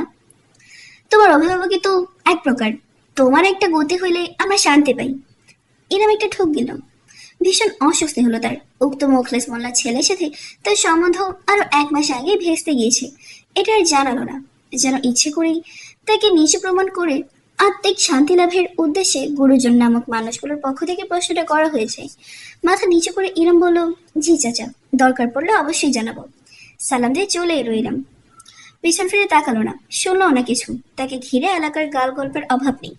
একমাত্র নেই যে 30 ছুঁয়েও এখনো বিয়ের পিড়িতে বসতে পারেনি। সমাজের মানুষগুলোর জন্য সে বিশ্বের অষ্টম আশ্চর্য। ঠিক তেমনই কটাক্ষের বস্তু। বছর বছর ধরে এসব ইরামের গায়ে শুয়ে এসেছে, এখন আর বুকে লাগে না। এতগুলো বছর যখন একটা পরিবারের পেছনে দিয়েছে, তখন আর কিছুটা সময় ক্ষতি কি? যদিও ইরামের আজকাল মনে হয় সে আজীবন এই সংসারটার ঘানি বয়ে বাঁচবে। আর 5টা মেয়ের মতন তার নিজের সংসার বলে কিছুই কোনোদিন হবে না। মুন্সিপালের মানুষগুলো এখনো জাগ্রত, এত জলদি ঘুমায় না। ইরাম আস্তে করে গেট খুলে ভেতরে ঢুকলো। জুতা খুলে প্রতিদিনের মতন তাকে রেখে পা মুছে ভেতরে এলো নিঃশব্দে। বহু কষ্টে একটা বেসরকারি প্রাইমারি স্কুলে সে গত বছর টিচার হিসেবে জয়েন করেছে। বেতন 20,000। আজ এই মাসে বেতনটা হাতে পেয়ে গিয়েছে। প্রতি মাসে বেতনের অর্ধেক টাকা সে সাংসারিক খরচ হিসেবে দিয়ে দেয়। এবারেও কোনো ব্যতিক্রম ঘটবে না। টাকা গুনতে গুনতে নিচতলার রাহাতের রুমের দিকে এগুলো সে। স্বামী স্ত্রী উভয় কোনো গুরুত্বপূর্ণ আলোচনা করছে বোধহয়। বোঝার চেষ্টা করো, ইরামাপুকে এভাবে দিনের পর দিন এই বাড়িতে রাখা সম্ভব নয়। আড়াল থেকে শোনার ইচ্ছে না থাকলেও এরম নিজের নামটা শুনে থমকালো। রাহাতের স্ত্রী মিথিলা নরম গলায় স্বামীকে বলছে, দেখো রাহাত, আমাকে কুটনি ভাইয়ের বউ ভেবো না। আমি শুধু বাস্তবতা বলছি। আমরা এতদিন একা ছিলাম, সমস্যা হয়নি, কিন্তু এখন আমরা আর একা নই। আমাদের যমজ সন্তান এসেছে দুনিয়ায়। ওদের দেখতে হবে, বড় করতে হবে। আজও ছোটটি আছে বলে বিশেষ প্রভাব পড়ছে না, কিন্তু যত বড় হবে তত আর্থিক আর মানসিক চাপ বাড়বে। আপুর বয়স হয়েছে। সমাজে মানুষ নানা ধরনের কথা বলে বেড়ায়। আপুর নামে ওইসব শুনলে আমারও খারাপ লাগে। উনি সংসারের জন্য কম করেননি, কিন্তু দিন শেষে এটা ওনার নিজের সংসার না, আমাদের সংসার। ওনাকে আজ হোক কাল হোক নিজের সংসারে যেতেই হবে। আমিও ভাবছি মিথিলা, তোমার কি মনে হয় আমি হাত গুটিয়ে বসে আছি? বাবা নেই, আমার উপরেই তো দায়িত্ব এই সংসারের। নিজের বোনকে ভালো হাতে তুলে না দিয়ে শান্তি পাই? কিন্তু কিছু তো হচ্ছে না। আপুর বয়সের জন্য এমনিতেও সম্বন্ধ পাওয়া মুশকিল। যাও বা আসছে দ্বিতীয় বিয়ে, আগে বাচ্চা আছে, প্রবাসী, মধ্যবয়স্ক, বৃদ্ধ। আমি কিভাবে এগোই? রাহাত বলল। মিথিলা মাথা চেকিয়ে ব্যক্ত করলো, তো কি হয়েছে? মানুষ কি দ্বিতীয় বিয়ে করে না নাকি? ওই ছেলেদের সংসার অন্য কোনো মেয়ে করবে না? দ্বিতীয় তৃতীয় বিয়ে কোনো ব্যাপার না, আগে বাচ্চাও ব্যাপার না। আপুর বয়স হিসেবে ঠিকই আছে এসব। এখন তো তুমি কচি ছেলে পাবে না। কচি ছেলেরা আপুকে কেন এবার বিয়ে করবে? অদ্ভুত। তুমি যাই পাও তাই বিবেচনা করে দেখো, শুধু ভালো ঘরের মোটামুটি ব্যক্তিত্ববান ছেলে হলেই হবে। বিয়ের পর এমনি তো মেয়ে মানুষকে অনেক কিছু অ্যাডজাস্ট করে চলতে হয়, যেমন আমি করছি। ইরেম আমার সামনে দরজায় নক করলো, যেন মাত্রই এসেছে। মিথিলা এবং রাহাত উভয়ে নিজেদের সামনে নিল। আস্তে করে ইরাম ভেতরে ঢুকলো। মনিন হাসি মেখে তাকালো। এসে গিয়েছিস ভাই? খেয়েছিস রাতে? হ্যাঁ আপু, খেয়েছি। তুমিও যাও, ফ্রেশ হয়ে খেয়ে নাও। মিথিলা যাও, আপুর খাবারটা গরম করে দাও। মিথিলা মাথা নেড়ে স্বামীর আজ্ঞা পালন করতে এগোচ্ছিল। ইরিম তাকে থামালো। একটা হাত তুলে সেখানে 10,000 টাকা রেখে বলল, এই নাও, এই মাসের টাকাটা খরচ করো মন মতো। আর বাবুদের জন্য কিছু লাগলে অবশ্যই আমাকে বলবে। ভাই আমার নতুন চাকরি পেয়েছে, এখন এত ইনকাম করতে পারবে না। তাছাড়া তোমাদের সঞ্চয় তো জরুরি, বলো। আমি গেলাম। আর হ্যাঁ, খাবারটা গরম করতে হবে না তোমাকে, আমি নিজে করে নেব। সারাদিন বাবুদের পেছনে খাটতে থাকো, আজ একটু বিশ্রাম নাও। শুভরাত্রি। আর দাঁড়ালো না ইরম, উল্টো ঘুরে রুমের বাইরে চলে গেল। সিঁড়ি বেয়ে উপরে নিজের রুমের দিকে উঠতে উঠতে সে ভাবলো, মুরব্বীরা ঠিক বলেনি, 30 মেয়েরা শুধু দাদি হয় না, মরে যায়। ঠিক 2.5 মাসের মাথায় যখন ইনামের জন্য সম্বন্ধটা আসলো, তখন সে আর বিশেষ বিবেচনা করেনি। পাত্র নিজে থেকেই রাহাতের মাধ্যমে বাড়িতে প্রস্তাব পাঠিয়েছে। নাম অরণ্য মির্জা সওদাগর। রাহাতের ভাষ্য মতে বিরাট এক ব্যবসায়ী, গাজীপুরে নাকি 3টা ফ্যাক্টরি আছে। বয়সটাও ইরামের কাছাকাছি, বড় ঘরের ভদ্র সন্তান। সমস্যা হলো এই তিন, বাবা মা আত্মীয় স্বজন বলতে তিন কুলে কেউ নেই। এত বড় একজন মানুষ ইরামের মতো কাউকে নিজে থেকে বিয়ে করতে চাইছে, ব্যাপারটা সন্দেহজনক মনে হলো। এই দ্বীপ শোনার পর থেকেই সেটা খানিক থামা চেপে পড়ে গিয়েছে। এত চিন্তা করে কি হবে, দেখা করা যাক, কথা বলেই না হয় বোঝা যাবে। আজ তাই একটা ক্যাফেতে বসেছে ইরম। মিথিলার তোড়জোড়ের কারণে হালকা পাতলা সাজাও হয়েছে। ব্লক প্রিন্টের সালোয়ার কামিজ, খোলা চুল আর কাজল টানা চোখ। চেয়েছে সে বাইরের দিকে অন্যমনস্ক হয়ে। ঠিক এমন সময় কণ্ঠটা কানে এলো তার। কি আছে ওই দেয়ালে যে জেগে বসেছে আপনার খেয়ালে? এমন কাব্যিক কথা প্রথমবারই ইরামের মনোযোগ আকর্ষণ করে নিল। ঝট করে ফিরে তাকালো সে। দণ্ডায়মান এক সুদর্শন ব্যক্তি, ক্রিম বর্ণের শার্ট আর কফি বর্ণের ফর্মাল প্যান্ট। ক্ষণিকের জন্য ইরাম বাকরুদ্ধ হয়ে গেল। পুরুষ মানুষ এতটা আকর্ষণীয় এবং সুদর্শন হতে পারে তার আগে জানা ছিল না। ছবিতে রাহাত দেখিয়েছে ব্যক্তিকে, কিন্তু ছবি চেয়ে বাস্তবে মানুষটা আরো বেশি মনোমুগ্ধকর। ইরাম নিষ্পলক চেয়ে রইল। টানা চোখ জোড়া সম্পূর্ণ কালো নয় যেন, অতি হালকা বাদামের মিশেন আছে তাতে। তীক্ষ্ণ চোয়াল, ক্লিন শেফট করে এসেছে আজ, বোঝা যাচ্ছে। চুলগুলো জেল দিয়ে ব্যাক ব্রাশ করে রাখা, এক গুচ্ছ লুটিয়ে পড়েছে কপালের উপর। এরমের বুঝতে বাকি রইল না তার সামনে দাঁড়িয়ে আছে অরণ্য মির্জা সওদাগর। মিস্টার মির্জা, অস্ফুট স্বরে বলে উঠে দাঁড়াতে নিল ইরাম। তাতে তাকে ইশারা করে বসিয়ে নিজে বিপরীত দিকের চেয়ার টেনে বসতে বসতে অরণ্য বলল, ও প্লিজ জাস্ট কল মি অরণ্য। আপনার নামটা সুন্দর অরণ্য। আপনি যেতে বেশি নয় ইরাম। একটা শক্ত ঢোক গলদকরণ করলো রমণী। জীবনে প্রথমবারের মতন বুঝি অন্তরে একটা ধুকপুক অনুভূতি হলো। অরণ্য সবার প্রথমে অর্ডার দিয়ে দিল। নিজের জন্য কফি, ইরমের জন্য চা। ওয়েটার চলে যেতেই ইরম জিজ্ঞেস করলো, আপনি কিভাবে জানলেন আমার চা পছন্দ? অরণ্য হাঁটুর উপর হাঁটু তুলে রহস্যময় হেসে বলল, আপনি প্রতিদিন স্কুলের ক্যান্টিনে বসে 1 কাপ পিওর রং চা খান, আন্দাজ করাটা কঠিন কিছু না। ইরম ভ্রু কুচকে ফেলল, আপনি আমাকে ফলো করেন নাকি? না করলে বিয়ের প্রস্তাব পাঠাতাম কিভাবে বলুন? একগাল হাসলো অরণ্য। এরম সেই হাসিটার দিকে তাকালো। লোকটাকে হাসলে এত সরল লাগে কেন? অরণ্য ঝুঁকে এসে টেবিলে কোনোই ঠিকই জানালো, চিন্তা করবেন না, আমি স্টকার না। আপনার স্কুলের পাশেই আমার একটা নির্মাণাধীন ফ্যাক্টরি আছে। ও, AMS ট্রেডার্স, ওটা আপনার? হুম, ওটার কাজেই গিয়েছিলাম। এক ঘোর বর্ষার দিনে বিল্ডিং এর বারান্দায় দাঁড়িয়ে দেখলাম এক রমণী বেরিয়ে এলো স্কুল গেট থেকে। নিজের মাথায় ছাতা ধরার বদলে বাচ্চাদের মাথায় ছাতা ধরে ধরে সে তাদের তুলে দিল গাড়ি অব্দি। অতঃপর ভিজে গেল তার শাড়ি, জড়িয়ে গেল আমার মন, হয়ে গেল চোখে চোখে অন্তরের আলাপন। এবার না হেসে পারল না এরম, তার চোখ জোড়া আনন্দে চকচক করে উঠল, গালে লালিমা ছেয়ে গেল। বাইরে স্নিগ্ধ সূর্যের আলো মুখে প্রতিফলিত হতেই অদ্ভুতরা একটা আভা ছড়ল যেন চারপাশে। অরণ্য মন্ত্রমুগ্ধের মতন দেখল, যেন ইরামের চাইতে মনোমুগ্ধকর কোনো বস্তু তার চোখ এর আগে দর্শন করেনি। বুকে হাত দিয়ে অরণ্য মোলায়েম কণ্ঠে বলল, আস্তে আস্তে, বিয়ের আগে হার্ট অ্যাটাক করাবেন আমার প্রিয়। এরম তুই চোখ হাসলো। আপনাকে কে বললো আমি আপনাকে বিয়ে করতে রাজি হচ্ছি? হবেন না? তবে কি আপনার জন্য আমার 1000 বছর অপেক্ষায় চাদর বিছিয়ে বসতে হবে? যদি শেষে ভাগ্যে তোলা থাকে কাজেই, আমি তবে সহস্র বছর অপেক্ষা করতে রাজি। হা হা হা, আপনি এত দারুণ দারুণ সব কবিতা বানান কিভাবে? আপনি আমার কবিতা? এইরম অরণ্যর চোখে প্রথমবারের মতো সরাসরি তাকালো। ওই চোখের মাঝে যে সরলতা, মুগ্ধতা এবং আবেগ সে দেখল, তাতে সন্দেহের কোনো অবকাশ পেল না। অতঃপর শুরু হলো তাদের ইঁদুর বিড়ালের দৌরত্ব। পাক্কা 2 মাস প্রয়োজন হলো অরণ্যর ইরমকে বিয়েতে রাজি করানোর জন্য। শেষ দিনের ঘটনাটা অনেকটা এমনই ছিল যে ইরম স্কুল থেকে ফিরছিল। গ্রীষ্মের তীব্র গরম মাথায় নি, প্রতিবার লোকালেই যাওয়া হয়, অথচ সেদিন হলো না। তার জন্য অপেক্ষা করেছিল অরণ্যর গাড়ি। ইরম ভেতরে ঢুকতেই এসি অন করে দিল সে। তারপর ঝুঁকে ইরমের পায়ে পুরাতন শু জোড়ায় হাত দিল অরণ্য। দেখি প্লিজ, এই গরমে মানুষ শু পরে, স্যান্ডেল নেই? এই কি, আপনি আমার পায়ে হাত দিচ্ছেন কেন? অরণ্য কোনো কথা শুনে না, ইরামের শু খুলে নিয়ে বক্সের ভেতর ঢুকিয়ে রাখলো। পা মুক্ত হতেই মেলে বসতে পারলো ইরাম। এসি বাতাসে বেশ আরাম লাগলো। অরণ্য প্রস্তুতি নেহায়েত কম নয়। কোত্থেকে একটা বরফ ঠান্ডা লেমনেডের কাপ বের করে তাতে স্ট্র বসিয়ে ইরামের হাতে ধরিয়ে দিল সে। হতবাক ইরাম এক পলক অরণ্যের দিকে চেয়ে শেষমেশ মুচকি হেসে তাদের চুমুক দিল। অরণ্য ড্রাইভ করতে শুরু করলো। আকাশি রঙের ফুল হাতা শার্ট, ওপরে কোট ব্লেজার, পুরো দস্তুর ব্যবসায়ী লাগছে আজ মানুষটাকে। আর অবশ্যই বরাবর মতোই সুদর্শন। ইরাম চোখ ফেরাতে পারল না। অরণ্য গিয়ার ধরা, এক হাতে স্টিয়ারিং ঘোরানো, মনোযোগী দৃষ্টি, প্রত্যেকটা কার্যকলাপ সে খুঁটিয়ে খুঁটিয়ে দেখল। লেমনের গলায় যেতেই গরমটা চিরবিদায় নিল। অরণ্য কিভাবে কিভাবে যেন সবসময় বুঝে যায় ইরামের কখন কি প্রয়োজন। মনে হচ্ছে আমার কোনো চান্স নেই, তাই না? হঠাৎ করে বিষণ্ণ গলে বলে উঠল অরণ্য।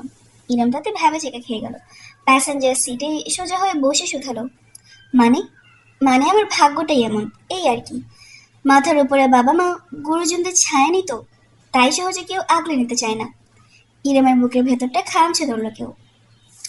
অরণ্য স্টিয়ারিং ঘুরিয়ে রাস্তার দিকে দৃষ্টি রেখেই বলল, জীবনটা সহজ ছিল না। মানুষ ভাবে টাকা থাকলেই বোঝে সব আছে, অথচ আমার কাছে শান্তিটাই নেই। আপনার জানা আছে শান্তি কোথায় বিক্রি হয়? তবে নিজের জন্য কিনে বাক্সে ভরে রাখতাম। কেন যেন নিজেকে রুখতে পারলো না ইরাম, অজান্তেই নিজের হাতটা গিয়ারের উপর রাখা অরণ্যর হাতের উপর রাখলো। আপনার বাবা মাকে খুব মিস করেন, তাই না? মলিন হাসলো অরণ্য। না, করি না। ওনারা চলে না গেলে বুঝতাম না দুনিয়াটা কত কঠিন। আত্মীয় নামক কালসাপগুলোর সম্পত্তি লোভে কতটা ভয়ঙ্কর হতে পারে, সেটা ওনাদের বিদায় নেওয়ার পরেই বুঝেছি। আপনার সুখের সময় সবাই আপনার পাশে থাকে, এরপর সুযোগ বুঝে হামলে পড়ে। আমার দুনিয়া এখন আছে শুধু আমি, আমার অর্জন আর আমার একাকিত্ব। আফসোস নেই। এরম নিজের হাতের বাঁধনটা আর একটু শক্ত করে বলল, এখন থেকে আপনি আর আপনার অর্জন থাকবেন শুধু। একাকিত্বের ভারটা না হয় আমার ওপর ছেড়ে দেবেন। অরণ্য সইতে পারল না, ব্রেক কষে তৎক্ষণাৎ গাড়ি থামিয়ে ফেলল। মাঝ রাস্তায় এভাবে হঠাৎ গাড়ি থামিয়ে ফেলায় আশেপাশের যানবাহন দ্রুত হর্ন বাজাতে লাগলো। চিৎকার চেঁচামেচি শুরু হয়ে গেল, অথচ অরণ্যর কোনো দিকে খেয়াল নেই। সেই অপলক চেয়ে আছে ইরামের দিকে। ঝুঁকে এলো সে, রীতিমতো ফিস ফিস করে উচ্চারণ করলো, আরেকবার বলুন। ইরাম মোলায়েম হাসলো, তার চোখে হালকা অস্ত্র জল জল করলো। একাকিত্বে দীর্ঘশ্বাস, মায়ের অবিশ্বাস, আর বিয়েতে সর্বনাশ। আপনি নিজের সর্বনাশ করতে মুখিয়ে আছেন। কুয়োতে ঝাঁপ দেওয়া ঠেকানোর সাধ্যকার। অর্ণর ঠোঁটে বিস্তৃত একটা হাসি ফুটল। এবার ইরামের হাতটা ধরে সে উপরে তুলো। প্রথমবারের মতো নিজের ঠোঁটে স্পর্শ ছুঁয়ে দিল কাজের কারণে রুক্ষ হয়ে আসা আঙুল জুড়ে। বলল, এই হাতে রুক্ষতা মানায় না, এতে আমি বলবো শুধুই কোমলতা। শুনছেন আমার প্রিয়? আজ থেকে এই অরণ্যের হাজারো কাটার গাছের মাঝে একটিমাত্র ফুল গাছ আপনি। আজ ইরামের বিয়ে, কাবিন এবং যাবতীয় কাজ সকালেই হয়ে গিয়েছে। এখন শুধুমাত্র অনুষ্ঠান। যদিও ইরাম মত দিয়েছিল ছিমছাম অনুষ্ঠানের আয়োজন করবে, বেশি মানুষের উপস্থিতিতে সে স্বাচ্ছন্দ্য বোধ করে না। তবে শেষ মুহূর্তে অরণ্য বেগে বসেছে। না, ইরামকে সে চুপে চুপে বিয়ে করবে না, সমস্ত এলাকার মানুষকে দাওয়াত দিয়ে খাওয়াবে। যে মানুষগুলো এতদিন ইরামকে নিয়ে হাজার কথা চালাচালি করেছে, তাদের যদি একটু ভালো মতো আপ্যায়ন না করা হয় তাহলে কিছু হলো। ইরাম স্টেজের সামনে দাঁড়িয়ে দাঁড়িয়ে ফটোগ্রাফারের জন্য পোজ দিতে দিতে অদূরে দাঁড়ানো অরণ্যকে দেখছে। শেরওয়ানি পরনে লোকটাকে আজ অনন্য লাগছে। ইরাম থেকে থেকে স্বামীকে দেখে যাচ্ছে। একপাশে খাওয়া দাওয়ার ব্যবস্থা, সেখানে মানুষজন খেতে বসে পড়েছে। মুরব্বীরা সব একসঙ্গে প্লেটের পর প্লেট মাংস সাবার করছে। খেতে পারুক বা না পারুক, নেয়ার কমতি নেই। বিয়ে বাড়ির এই অপচয়টা ইরামের একদম পছন্দ নয়। ফটোগ্রাফারকে বিরতি দিয়ে সে ভারী লেহেঙ্গা তুলে এগুলো টেবিলের দিকে। অরণ্য দাঁড়িয়ে আছে। সকলের খাওয়া দাওয়া ঠিক মতো হচ্ছে নাকি দেখছে। একজন মুরব্বী তাকে ডেকে কিছু বলতেই মুচকি হেসে অরণ্য বলল, ভালো করে খান চাচা। যার বিয়ে না হওয়ার চিন্তায় মাথার চুল উঠিয়ে ফেলেছেন, তার বিয়ের খাবারটা কেমন লাগছে? এই চাচাকে আরো 2 পিস রোস্ট দাও। এইরকম কাছে গিয়ে খপ করে অরণ্যর বাহু ধরে ফেলল। বাকিদের উদ্দেশ্যে জোরপূর্বক হেসে তাকে টেনে সরিয়ে নিয়ে এসে বলল, আপনি কি শুরু করেছেন? এভাবে বলে কেউ? ও মা, ওনারা বললে দোষ নেই, আমি পাল্টে বললে দোষ।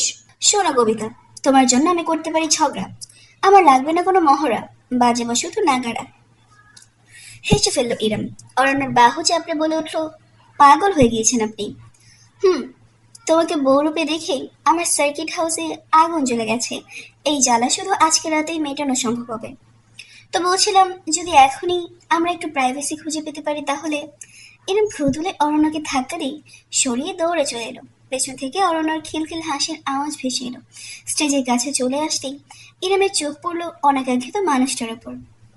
সামিয়া মুন্সি, খালার বাড়িতে বেশ সংশয় নিয়ে দাওয়াত কার্ড পাঠিয়েছিল সে। ভাবেনি তিনি সত্যি এসে পড়বেন। মিথিলার সঙ্গে কথা বলেছেন সামিয়া। ইরাম এগোতেই ঘুরে তাকালেন। আপাতমস্তক পর্যবেক্ষণ করলেন নববধূকে। মাশাল্লাহ, কি মিষ্টি লাগছে আমার ইরামটাকে। খালামণি, স্বামীকে জড়িয়ে ধরল ইরাম। কত বছর পর আজ এই মানুষটার এমন আদরের ছোঁয়া পেল, হিসেব নেই আর। সামিয়া ইরামের পিঠে পরম আদরের হাত বুলিয়ে দিলেন, কপালে চুমো খেলেন। আল্লাহর কাছে লাখ লাখ শুকরিয়া, অবশেষে তোর জীবনে সুখের দিন এসেছে। ইরাম মন ভরে গ্রহণ করলো সবটুকু আদর। মুচকি হেসে বলল, সব তোমাদের দোয়া খালামণি। তুমি আজ এসেছো, আমি কতটা খুশি হয়েছি বোঝাতে পারবো না তোমায়। আমি ওরে, তোকে নববধূ রূপে দেখার স্বাদ আজ আবার পূরণ হয়ে গেল। স্টেজে আসো আপু, ফ্যামিলি ফটো তুলবো। এমন সময়ে স্টেজ থেকে ইহানের ডাক ভেসে এলো। ইতিমধ্যে স্টেজের ওপরে সোফায় বসেছে সবাই। রাহাত, মিথিলা, অরণ্য মাঝখানে। ইহান পেছনে দাঁড়িয়ে হাত তুলে ইরামকে ডাকছে।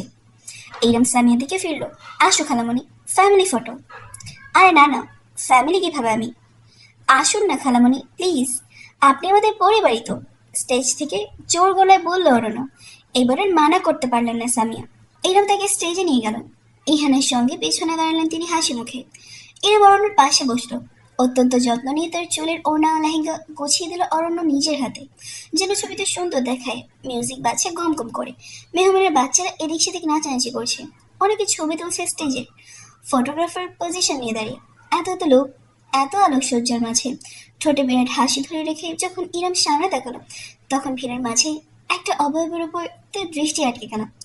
বহু দূরে মেহমানদের ভিড়ের মাঝে একদম পেছনের দিকে কালো পাঞ্জাবি পরনে এক সুউচ্চ সুঠাম অস্তিত্ব। জল জলে একজোড়া চোখ, ভ্রুর ওপর চকচকে সিলভার পিয়ার্সিং, বুকে দুবাহু বেঁধে তাকিয়েছে স্টেজের দিকে। দৃষ্টি জুড়ে অনুভূতিহীন শূন্যতা। ইরাম জমে গেল, নিষ্পলক চেয়ে রইল। ওই গভীর কালো চোখের সঙ্গে তার দৃষ্টি মিলল। অরণ্য নিজের মাঝে ইরামের একটা হাত ধরে রেখেছে। সেই হাতটা কাঁপলো খানিক। অস্ফুট স্বরে আপন মনে ইরাম উচ্চারণ করল, আলাদিন। ডাকটা ওই মানুষ অব্দি পৌঁছেছে কিনা ইরামের জানা নেই। চোখ ধাঁধানো ফ্ল্যাশের আলোয় চারপাশ উদ্ভাসিত হতে লাগলো বারংবার। যখন ইরামের চোখ শুয়ে এলো, তখন সে দেখলো মানুষটার ভিড়ের মাঝে নেই, উল্টো হয়ে হাঁটা শুরু করেছে। একটা সময় সে গেট পেরিয়ে বেরিয়ে গেল। আড়াল হয়ে গেল রাত্রির আড়াল হয়ে গেল রাত্রির কালিগোলা আধার মাঝে। একবার আর পেছন ফিরে তাকালো না। সেন্সিটিভ পর্ব। অরণ্যের সঙ্গে বিয়ের প্রথম কয়েক মাস ইরামের কাটলো স্বপ্নের মতন। এক জীবনে যা যা তার কোনোদিন পাওয়া হয়ে ওঠেনি, অরণ্য সেই সব না পাওয়াদের হাজির করলো ইরামের পদতলে। নিজের আগে সবসময় সে ইরামের মুখে ভাতের লোকমা তুলে দেয়। বাইরে গেলে ঘন্টা ঘন্টা ফোন করে, কোথায় যাচ্ছে, কখন ফিরবে, ইরাম খেয়েছে কিনা, ঘুমোচ্ছে কিনা ইত্যাদি চিন্তায় যেন সে নিজের কাজে ঠিকঠাক মতো করতে পারে না। একবার ইরাম সিঁড়িতে পিছু খেয়েছিল বিধায় বাড়ির প্রত্যেকটা সিঁড়ি কার্পেট দিয়ে বাঁধিয়ে ফেলেছে অরণ্য। সে ইরামকে উষ্ণ আদরের চাদরে গভীরভাবে মুড়িয়ে রেখেছে যেন পারলে স্ত্রীকে সে শুকনো মাটিতে কষ্ট করে হাঁটতেও দেবে না, যেন আজীবন কোলে করে রাখবে। আজ প্রথমবারের মতো অরণ্যর গাজীপুরের একটি ফ্যাক্টরিতে এসেছে ইরাম। ভীষণ উত্তেজিত সে, বুক ভর্তি উচ্ছ্বাস এবং তীব্র আনন্দের জোয়ার। কিছুক্ষণ আগেই সে এমন একটি বিষয় সম্পর্কে নিশ্চিত হয়েছে যা সম্পর্কে জানলে অরণ্য আনন্দে আত্মহারা হয়ে যাবে, সে নিশ্চিত। গাড়ি থেকে সাবধানে নামলো সে। অজান্তেই একটা হাত এসে থামলো নিজের পেটের ওপর। মোলায়েম হাসলো ইরাম, চোখে জল জল করলো তারারা। এই দেহের ভেতর যে ছোট্ট প্রাণটি বেড়ে উঠছে তার হদিশ পেলে অরণ্য কোন ধরনের পাগলামি করবে সেটা দেখার জন্য মুখিয়ে আছে সে। এর মধ্যে আন্দাজ করতে পারছে ইরাম অরণ্য তাকে অঘোষিত লকডাউন দিয়ে বাসায় বসিয়ে ফেলবে, পারলে নিজের অফিসটা নিয়ে বাসায় নিয়ে রাখবে। এক ফোঁটা একলা ছাড়বে না ইরামকে। এখন তো শুধু সিঁড়িতে কার্পেট মরিয়েছে, ভবিষ্যতে গোটা বাড়ির মেঝেটাই মুড়িয়ে ফেলবে। বেডরুমে অবধি সিসি ক্যামেরাও লাগিয়ে রাখবে, যেন কিছুতেই স্ত্রী চোখের আড়াল না হয়। এমন ভাবতে ভাবতে ইরাম মহা উৎসাহে ভেতরে ঢুকলো। কয়েকজন লোক এদিক সেদিক হাঁটাহাঁটি করছে। ইরামকে দেখে একজন এগিয়ে এলো। ম্যাডাম, আপনি এখানে? মুচকি হাসলো ইরাম। অর্ণ কেবিনে? জি ম্যাডাম। স্যার তো মাত্রই সেক্রেটারির সাথে একটি মিটিংয়ের জন্য ঢুকলেন, কাউকে বিরক্ত করতে মানা করেছেন। ব্যাপার না, আমি যাচ্ছি। ইরাম নিজেই এগোলো। লোকটা তাকে 4 তলার কেবিনের ফ্লোর অবধি পৌঁছে দিয়ে বিদায় নিল। বেশ জোরে সোরে হেঁটে এগিয়ে গেল ইরাম। তার আর তর সইছে না। কেবিনের দরজাটা স্বচ্ছ কাচের তৈরি, স্লাইড করে খোলা বন্ধ করা যায়। ইরাম কাছে গিয়ে হাত দিয়ে এক টানে দরজাটা খুলে ফেলল। উৎফুল্ল কণ্ঠে বলে উঠল, অরণ্য! নিজের চোখের সামনের দৃশ্যটি দেখেও বিশ্বাস করতে বেগ পোহালো ইরাম। তার হাসিটা মুছল না। এতটা স্তম্ভিত সে যে অসহায়ের মতো তাকিয়ে থাকা ছাড়া আর কিছুই করতে পারল না। অরণ্যর অফিসের কেবিনে ওপর চিত হয়ে শুয়ে আছে তার সেক্রেটারি। মেয়েটি অর্ধ বিবস্ত্র। অরণ্য তার দুপাশে হাত রেখে টেবিলের উপর ঝুঁকে আছে, যেন ভোজে নেমেছে। মেয়েটির পা দুটো অরণ্যর কোমরের দুপাশে ঝুলছে। উভয় জমে গিয়েছে হঠাৎ ইরামের আগমনে। প্রসিত দৃষ্টি মেরে তাকালো তার সামনের দিকে। মেয়েটার মুখ চিনতে ইরামের বেগ পোহাতে হলো না। প্রায় তাদের বাড়িতে যাতায়াত করে। অরণ্যের সেক্রেটারি হিসেবে মেয়েটিকে পরিচয় করিয়ে দিয়েছে অরণ্য স্বয়ং। আমার ছোটবেলার বান্ধবী, যখন আমার কেউ ছিল না তখন থেকেও আমার পাশে আছে। অরণ্যর কঠিন সময়ে পাশে ছিল বিধায় মেয়েটার প্রতি কৃতজ্ঞতা বোধ করতো ইরামও। কোনোদিন দুজনের মাঝে সে অফিসের কথাবার্তা ছাড়া খুব ব্যক্তিগত কিছু বলতে দেখেনি। বিশেষ করে বিয়ের পর থেকে সেক্রেটারিকে কাজের বাইরে কখনো আলাদা নজরে দেখেনি অরণ্য। অন্তত ইরাম এতদিন তাই জানতো, মনে প্রাণে বিশ্বাস করত অরণ্য অত্যন্ত সুপুরুষ একজন মানুষ। সে যেভাবে ইরামকে নিজের অতি মূল্যবান সম্পদের মতন আগলে রাখে তাদের সন্দেহের কোনো অবকাশ অব্দি পায়নি রমণী। উল্টো এমন কিছু মনে আসলো সে নিজেকে নিজে ধমকাতো, অরণ্য জানলে কি কষ্ট পাবে। তাকে এভাবে অবিশ্বাস করা যায়? ইরাম যা করে এসেছে তাকে বলে অন্ধবিশ্বাস। সেটা সে ঠিক এই মুহূর্তে এসেই অনুভব করলো। ক্ষণিকের জন্য পায়ে জোর হারিয়ে ফেললো ইরাম। দরজা আঁকড়ে ধরার প্রয়োজন হলো তার নিজের পতন ঠেকাতে। সেক্রেটারি মেয়েটা টেবিল থেকে উঠে পড়তে চাইল। শিট, লক তো চাপ দিয়েছিলাম, তাড়াহুড়ে বোধহয় ঠিকভাবে চাপ পড়েনি। রিল্যাক্স, আমার এখনো শেষ হয়নি। অরণ্যর কণ্ঠটা অচেনা শোনালো, ভীষণ রকমের অচেনা। ইরাম বিশ্বাস করতে পারল না নিজের কানকে, যেন তার অরণ্য নয়, ভিন্ন কেউ কথা বলছে খোলসের ভেতর থেকে। নিজের অর্ধাঙ্গিনীকে সেখানে উপস্থিত দেখেও অরণ্য বিন্দুমাত্র পিছিয়ে এলো না, বরং সেক্রেটারি মেয়েটার পা দুটো শক্তভাবে আঁকড়ে ধরে নিজের কোমরে বেঁচে কাছে টেনে নিল। মেয়েটা গমিয়ে উঠল, শব্দহীন হাসলো অরণ্য। এসে যখন পড়েছে, she can just watch how good her husband fucks. আহ! মেয়েটি চিৎকারে ভরে উঠল গোটা ক্যাবিন। ইরাম অবিশ্বাস্য নয়নে অত্যন্ত বিভীষিকাময় দৃশ্যটির দিকে চেয়ে রইল। অসহায়ের মতন দেখলো কি ভয়ানক ভাবে টেবিলটা কাঁপছে। অরণ্যর ঠোঁটে পৈচাসিক হাসি, মেয়েটার গোঙানি তাকে ক্ষত বিক্ষত করে ফেললো। দাঁড়ালো না ইরাম, একটা শব্দ অব্দি উচ্চারণ করলো না। উল্টো ঘুরে কাঁপা কাঁপা পায়ে কিছু দূর এগোলো, তারপরে ছুট লাগালো। জোরে জোরে আরো জোরে দৌড়াতে লাগলো সে, যতক্ষণ না তার বুকটা ভেঙে খান খান হয়ে গেল। আজ 5 দিন হয়েছে এরম বাপের বাড়ি চলে এসেছে। উহু, বাপের বাড়ি তো আর নেই, ভাইয়ের বাড়ি। বাড়ির চিন্তায় তাই আজ শুকনো হয়ে গিয়েছে ভাইয়ের বউ মিথিলা। এত কষ্টে যাকে শেষমেশ বিদায় করে গিয়েছিল, সে আবার ঘাড়ে চেপে বসে যাচ্ছে। আগে তো তাও চাকরি করতো, সংসারে টাকা দিত, বিয়ের পর তো সেটাও নেই। ঠিকই তো সংসারে মনোযোগী হয়েছিল, তাহলে কি এমন হলো যে হুট করে সব ছেড়ে চলে এসে হাজির হলো? চিন্তায় রাহাতেরও মাথায় হাত, কিছুতেই ভেবে পাচ্ছে না কি হয়েছে। ইরাম কিছু বলছে না, খাবার দিলে খাচ্ছে না, সারাদিন শুধু নিজের পুরাতন রুম লক করে বসে থাকে। গতকাল মিথিলা জোর করে খাবার খাওয়াতে গিয়ে দেখে বাথরুমের শাওয়ারের নিচে বসে আছে। কত ঘন্টা কে জানে, পুরো শরীর শীতল হয়েছিল। পরে ভাইরা মিলে ধরে করে বিছানে এনে গরম তেল মালিশ করে কোনো মতে ঠিকঠাক করেছে। আজকে অরণ্যর বাড়ি থেকে ঘুরে এসেছে সে। দারোয়ান জানিয়েছে ইনাম চলে আসার পর অরণ্য নাকি আর বাড়িতে ফেরেনি। কোথায় আছে কেউ জানে না, ফোনটা বন্ধ। রাহাত পড়েছে এক মহাবিপাকে। বেশ ভালোই ঝগড়া হয়েছে মনে হয়। অবশেষে মন্তব্য করলো মিথিলা, শ্যামকে চা পরিবেশন করলো। তাই তো দেখছি, দুলাভাই তো শক্ত হওয়ার মানুষ না। আপু বলতে সে তো রীতিমতো অজ্ঞান, অথচ আজ এতদিন আপু এখানে একবারও খোঁজ নিতে আসলো না। মামলা ভালোই সিরিয়াস। রাহা চায় চুমুক দিল। মিথিলা একটা দীর্ঘশ্বাস ফেলে সোফায় বসে পড়ল। একেই বলে কপালের নাম গোপাল। তাও যে একটু সুখ আপুর কপালে লেখা হয়েছিল, তাও ওনার কপালে সইল না। এত বড় ঘর, এত ভালো অবস্থা, এত ভালো স্বামী, সব ছেড়ে পাগলের মতন চলে এসেছে এখানে। বলি সংসারে ছোটখাটো ঝামেলা একটু হবেই। তোমার আবার কত হয়েছে? আমি কি কথায় কথায় বাপের বাড়ি গিয়ে হাজির হয়েছি? দুলা ভাইয়েরও তো আত্মসম্মান আছে। বউ এভাবে না জানিয়ে চলে এসেছে। পুরুষ মানুষ, রাগ হওয়াটা স্বাভাবিক। আপু তো মুখই খুলছে না। কি হয়েছে না বুঝলে সমাধান করবো কিভাবে? বিয়ের কয়েক মাস যেতে না যেতেই আবার এখানে হাজির। সমাজে অলরেডি কথা শুরু হয়ে গিয়েছে। আপাতত তো সবাইকে বেড়াতে এসেছে বলে দমিয়ে রেখেছি, কতকাল রাখবো? আপুকে বোঝাও তুমি। ভাইয়া! এমন সময় দোতলা থেকে এখানে আর্তচিৎকার ভেসে এলো। উভয়ে ছট করে ফিরে তাকালো। সিঁড়ির ওপর থেকে কাঁদতে কাঁদতে চিৎকার দিয়ে ইহান জানালো, আপুর গা থেকে রক্ত বেরোচ্ছে। এমন মুহূর্তে বসে থাকতে পারলো না কেউ আর। দৌড়ে ইরামের রুমে চলে গেল। সামনে দৃশ্য দেখে না চাইতেও রাহাত আর মিথিলা জমে গেল। এমন ভয়াল দৃশ্য। ইরাম বিছানার ওপর ছটফট করছে, মনে চাদর টকটকে লাল তরলে ভেজা, রক্তাহ তরল চাদর চুইয়ে মেঝেতে পড়ছে। আর কেউ না বুঝলো, মিথিলা ঠিকই বুঝলো। সে মেয়ে, সে জানে ইরামের সাথে কি হচ্ছে। হাসপাতাল, জলদি! আপুর পেটে বাচ্চা। মা! মধুর ডাক্তার শোনা হলো না ইরামের। একদিনের জন্য হলো যে আশার স্বপ্ন সে বুনেছিল, তিলে তিলে একটা প্রাণকে গড়ে তোলার যে বাসনা তার বুকে লালিত হয়েছিল, যে স্বপ্নের ভবিষ্যতের আশায় শত কল্পনা বোনা হয়েছিল, সেই প্রাণ যেমন নীরবে এসেছিল তেমন নীরবেই চলেও গেল। এরমকে শূন্য করে দিয়ে তার গর্ভের ভ্রূণ এক পরিপূর্ণ প্রাণের স্বীকৃতি লাভের আগে বিদায় নিল লম্পট এক দুনিয়া থেকে। একদিক থেকে এরম তৃপ্ত, এই কলুষিত দুনিয়া একটি সুস্থ প্রাণ লাভ করার অধিকার রাখে না।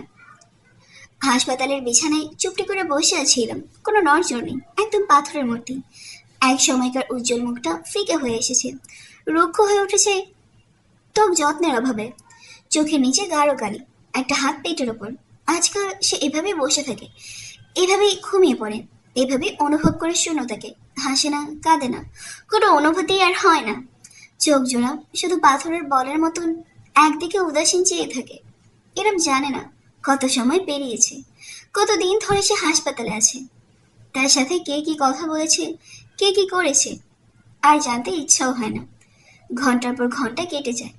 ইরামের কানে একটা মৃদু শব্দ গেল, দরজা খোলার আওয়াজ। তাকানোর প্রয়োজন বোধ করল না ইরাম। সে ইতিমধ্যেই জানে নার্স আসেনি, না কোনো ডক্টর। রাহাত, মিথিলা, ইহান, উহু, পরিবারের কেউ নয়। এসেছে ওই লোকটা। তার গায়ের গন্ধ ইরামের খুব চেনা, হাজার মাইল দূর থেকেও বুঝি টের পায়। তার স্বপ্নের ধারক, তার ভাগ্যের শিল্পী। এসেছে অরণ্য, সুস্থির, নিটল, সুদর্শন চেহারায় মলিনতার অভাব, উল্টো জেল্লাদার হয়েছে ভীষণভাবে। এরম না থাকেও বুঝতে পারে ওই অস্তিত্বের প্রতিটা পরিবর্তন তার শরীর অনুভব করার অদ্ভুত একটা ক্ষমতা লাভ করেছে। অরণ্য ধীর পায়ে এগিয়ে এলো, ইরামের বিছানার কাছে দাঁড়ালো। ফিরেও দেখল না রমণী, আগের মতোই চোখ জোড়া কটুরাগত, নিক্ষিপ্ত শূন্যের পানে। অরণ্য ফর্মাল প্যান্টের পকেটে 2 হাত রেখে এক নাগারে ইরামকে দেখল। প্রতিটা ক্রিয়া, কিভাবে তার পেটের ওপর হাতটা চেপে বসেছে সেটা এড়ালো না অরণ্যর দৃষ্টি। তার গভীর কণ্ঠ ভেসে এলো ইরামের কানে, এটা একটা জঘন্য মা হওয়ার জন্য। উঠল অরণ্যর হাত, সটান ইরামের গালে চড় বসালো সে। ইরামের মাথাটা একদিকে বেঁকে গেল, তার উজ্জ্বল শ্যামলা গালে 4 আঙুলে গভীর দাগ ভেসে উঠল দগদগে ঘায়ের মতন। অথচ ইরামের ব্যথা লাগলো না। গায়ের ব্যথাটা বুঝে মরে গেছে, আর অনুভূত হয় না। মনের ব্যথায় যেখানে জয় জয়কার, সেখানে এই বাহ্যিক ব্যথা অতি তুচ্ছ। অর্ণ ইরামের পেছনে সরে দাঁড়ালো, ঝুঁকে এসে তার গলা আঁকড়ে ধরে সে থাপ্পড় দেওয়া গালি ঠোঁট ছুঁয়ে গাঢ় চুমু খেলো, অনেকটা সময় নিয়ে গভীরভাবে। ইরাম নড়ল না, সরল না, বসে রইল শুধু মূর্তির মতন। গলায় চাপ লেগে তার নিঃশ্বাস আটকে আসছে, অথচ সেই ছটফটটুকু করতে সায় দিল না শরীর। অর্ণদার কানে ফিস ফিস করল, আর এটা একজন জঘন্য স্বামী হওয়ার জন্য। নিজের গলায় ঠান্ডা কিছু একটা অস্তিত্ব টের পেল এরাম। মাথা ঝুঁকিয়ে তাকালো। একটা লকেট ঝুলছে তার গলায়, লাল টকটকে রুবির লকেট। অর্ণ তৎক্ষণাৎ তার পায়ের কাছে বসে পড়ল। ইরামের পা নিজের দুহাতের মুঠোয় সযত্নে তুলে সে নিগুড় আবেশ নিয়ে বলল, আমি তো শুরু, আমি তো শেষ, আমি তোর পঙ্কোক্ত কবিতা, ছন্দ তোর একমাত্র আশ্রয়, বাড়ি চল আমার কবিতা। বিয়ের পর মেয়েদের স্বামীর সঙ্গে সবকিছু অ্যাডজাস্ট করে নিতে হয়। স্বামী বিবাহিত রমণের একমাত্র গতি। স্বামী বেচারা পুরুষ মানুষ, একটু একটু এদিক সেদিক ঝুঁকবেই। বকে দেয় তাকে নিজের আঁচলে বেঁধে রাখতে হবে শক্তভাবে। সব অপরাধী স্বামীর ক্ষেত্রে ক্ষমার যোগ্য, কারণ সে না দেখলে সমাজের কেউই বকে দেখবে না, আপন ভাইও না। তা সে অপরাধ যদি হয় পরকীয়। যদিও অরণ্যর ভাষ্য মতে সে পরকীয়া করে না, কারণ পরকীয়ার অর্থ ঘরে বউ রেখে বাইরে দ্বিতীয় কোনো রমণীর সঙ্গে ভালোবাসার সম্পর্ক রাখা। কিন্তু সে তো ইরামকে ছাড়া কাউকে ভালোবাসে না। বাইরের সবাই শুধু শরীর, ভোগের শরীর, আনন্দের আধার। এক স্ত্রী বাদে অন্য কোনো রমণীকে সে কোনোদিন দ্বিতীয়বার ভোগ করেনি। তাহলে এটা পরকীয়া কিভাবে হতে পারে? ইরাম শুধু শুনে যায় আজকাল, জবাব দেওয়ার হয়ে ওঠে না।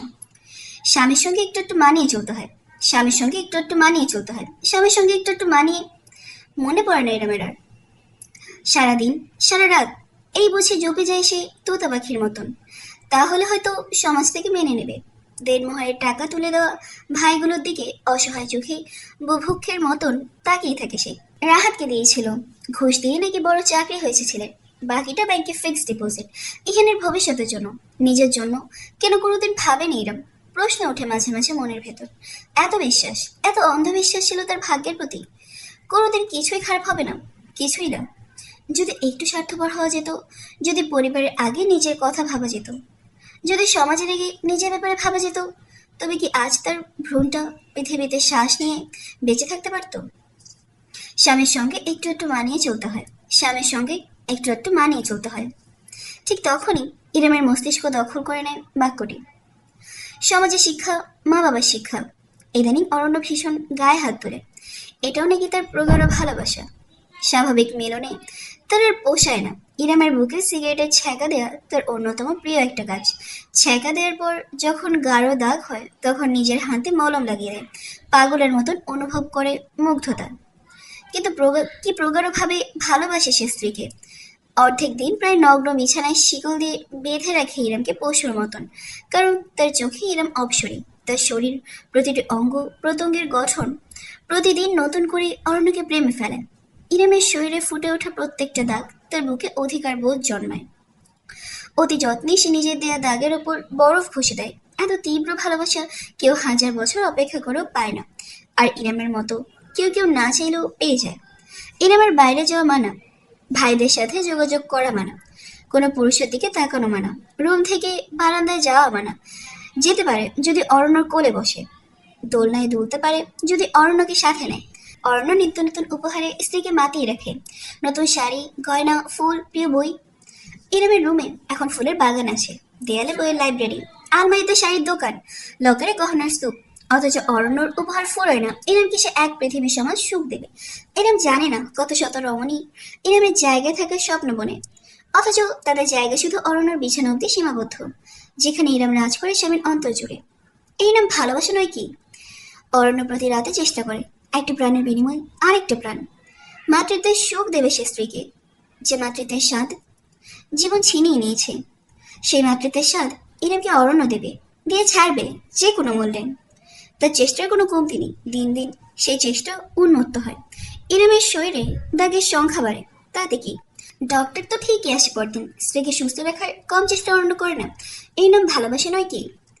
কবিতার জন্য অরণ্য আলাদা একটা ভালোবাসা। তাই তো আজ রাতে যখন গর্ভবতী ইরম নিজের হালকা ফোলা পেট নিয়ে ফুপিয়ে ফুপিয়ে অরণ্যর কাছে আর্জি জানালো, অরণ্য, মুক্তি দিন না আমায়, মুক্তি। তখন অরণ্য সইতে পারল না। কিছু বুঝে ওঠার আগেই পা তুলে ইরিমের বুক বরাবর কষিয়ে লাথি দিয়ে সে চিৎকার করে বলল, তালাক দিলাম তোকে আমি, তালাক। যা দেখি, বাইরে গিয়ে দেখ দুনিয়া কত কঠিন। এমন জোটের সময় বুকে লাথি দেয় অবশ্য মায়া হলো অরণ্যর। সঙ্গে সঙ্গে স্ত্রীকে কোলে তুলে জামা খুলে ঠিক ওই ঔষধ লাগিয়ে দিল। গালে অসংখ্য স্নেহের চুমু খেতে খেতে সারা রাত নিজের বুকে চেপে 1000বার সরি বলো। অথচ সে জানলো না আজকের রাতের পর থেকে এক রমণীর হিসাব শুরু হয়ে গিয়েছে। এরম ভেবেছিল এই চক্র সে কোনোদিন ভেদ করতে পারবে না। অরণ্যর ছায়াতলে একটা খেলার গুটি হয়ে থেকে যাবে সে আজীবন। তবুও যদি সে নিরালায় নিভৃতে একাকে বেঁচে রয় পৃথিবীর কোনো এক কোণে, তবে অবহেলাই সই। কিন্তু ইরম সইল না। মাতৃত্ব তাকে বরণ করার পর থেকে আর সইল না কিছুই। সন্তানকে নিয়ে সব কিছুর মাঝে আড়ালে আবডালে বাঁচবে ভেবেছিল সে। যদি অরণ্য ছায়া হয় তবু শুধু লোকটা কোনোদিন সন্তানকে কিছু না করলেই হবে। কিন্তু না, হলো না ইরমের। ইজেনকে যখন প্রথমবারের মতো বুকের মাঝে চেপে ধরলো, যখন এই নাজুক শরীরে উষ্ণতা তার খাখা মরুভূমি হয়ে থাকা বুক শীতল পানির জোয়ারে ভাসিয়ে দিল, তখন ইরম টলল। রমণী ইরম, রাহাতিহানের বোন ইরম, সমাজের গোলাম ইরম, অরণ্য স্ত্রী ইরম কোনোদিন টলেনি ঠিকই, কিন্তু মা ইরম টলল। রীতিমতো দুঃসাহসের ডানায় চড়ে সে উড়াল দিল। ইজানকে নিয়ে প্রতিজ্ঞায় মাতল জননী ইরম।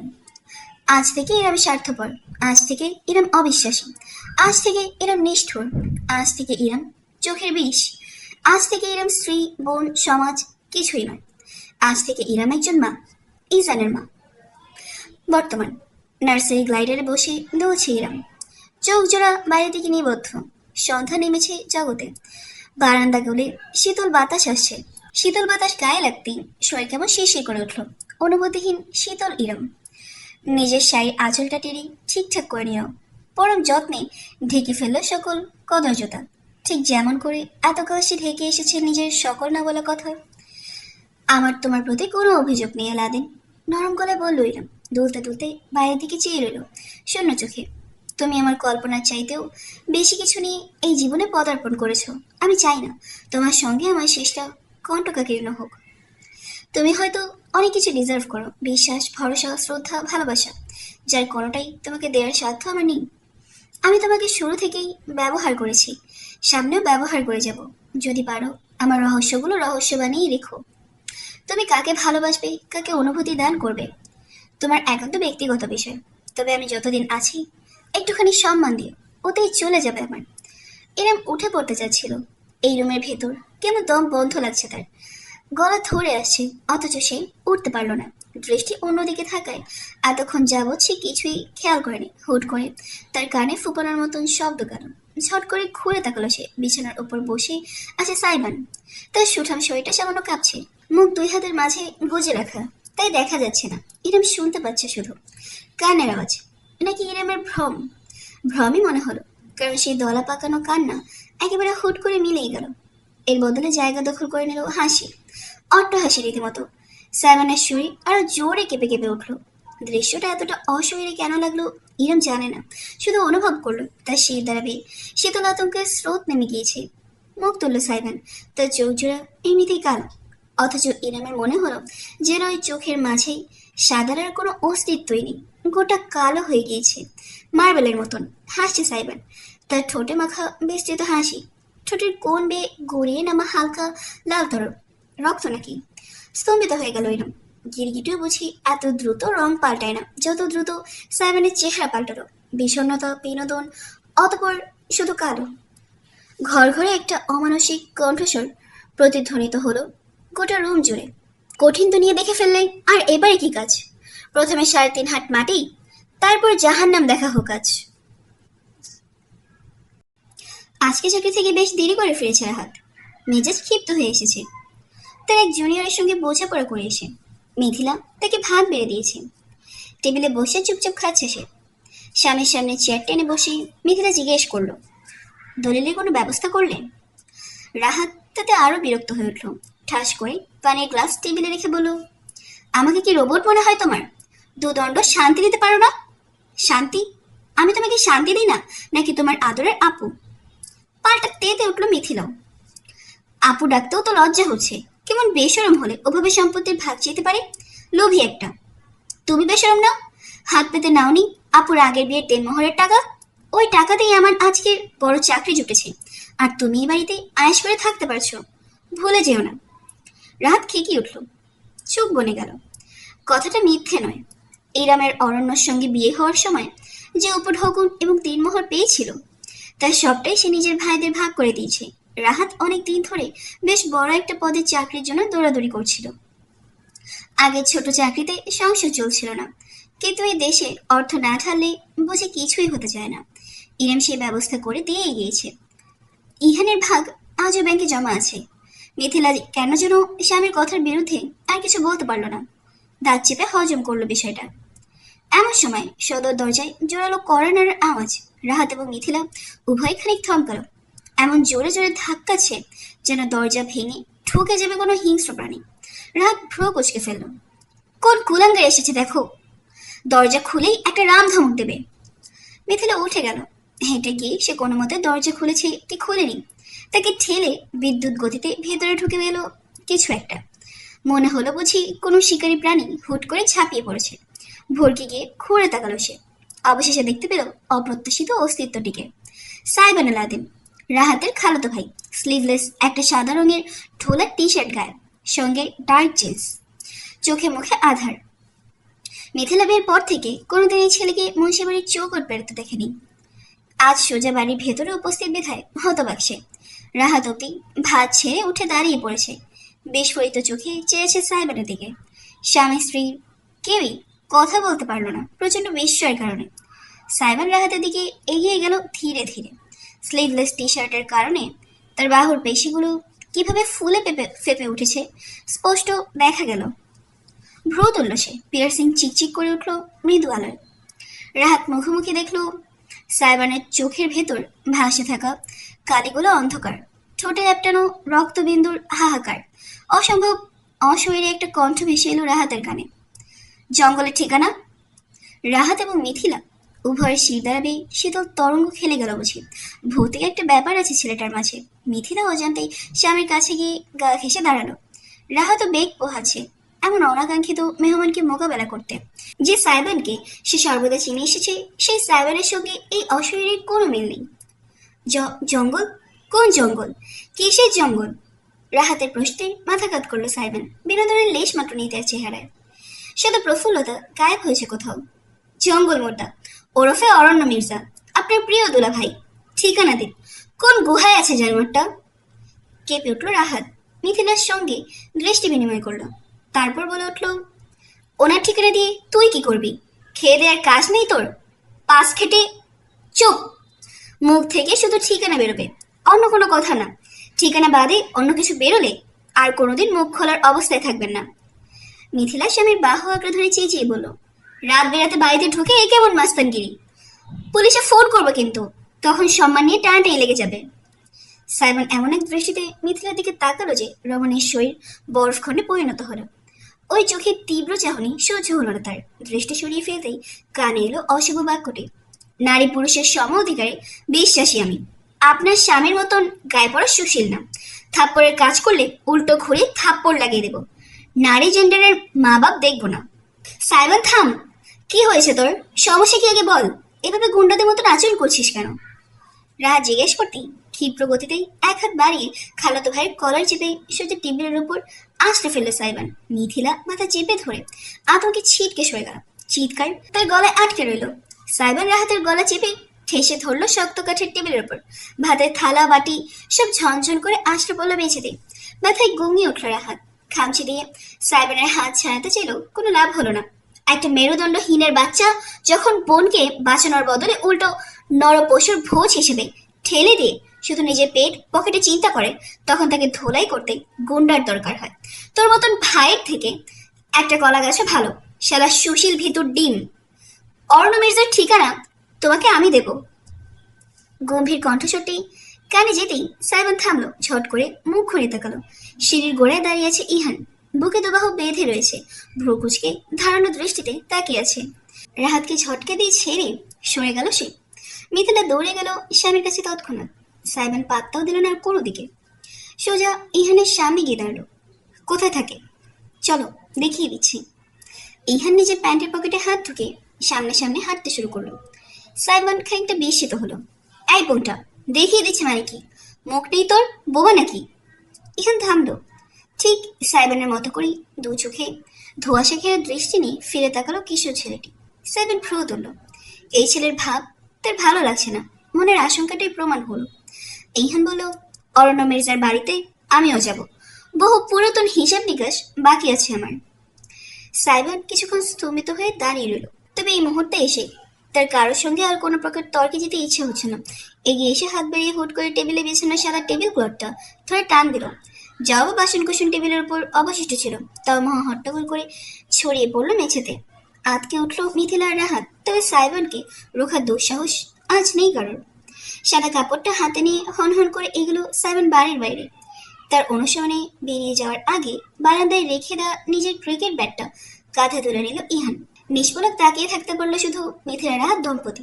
এছাড়া কিছুই করার রইল না তাদের। আলিশান দুইতলা একটি বাড়ির সামনে এসে থামলো সাইমনের গাড়ি। বাড়ির কোনো নাম নেই, শুধু রূপালি রঙের গেট দেয়া।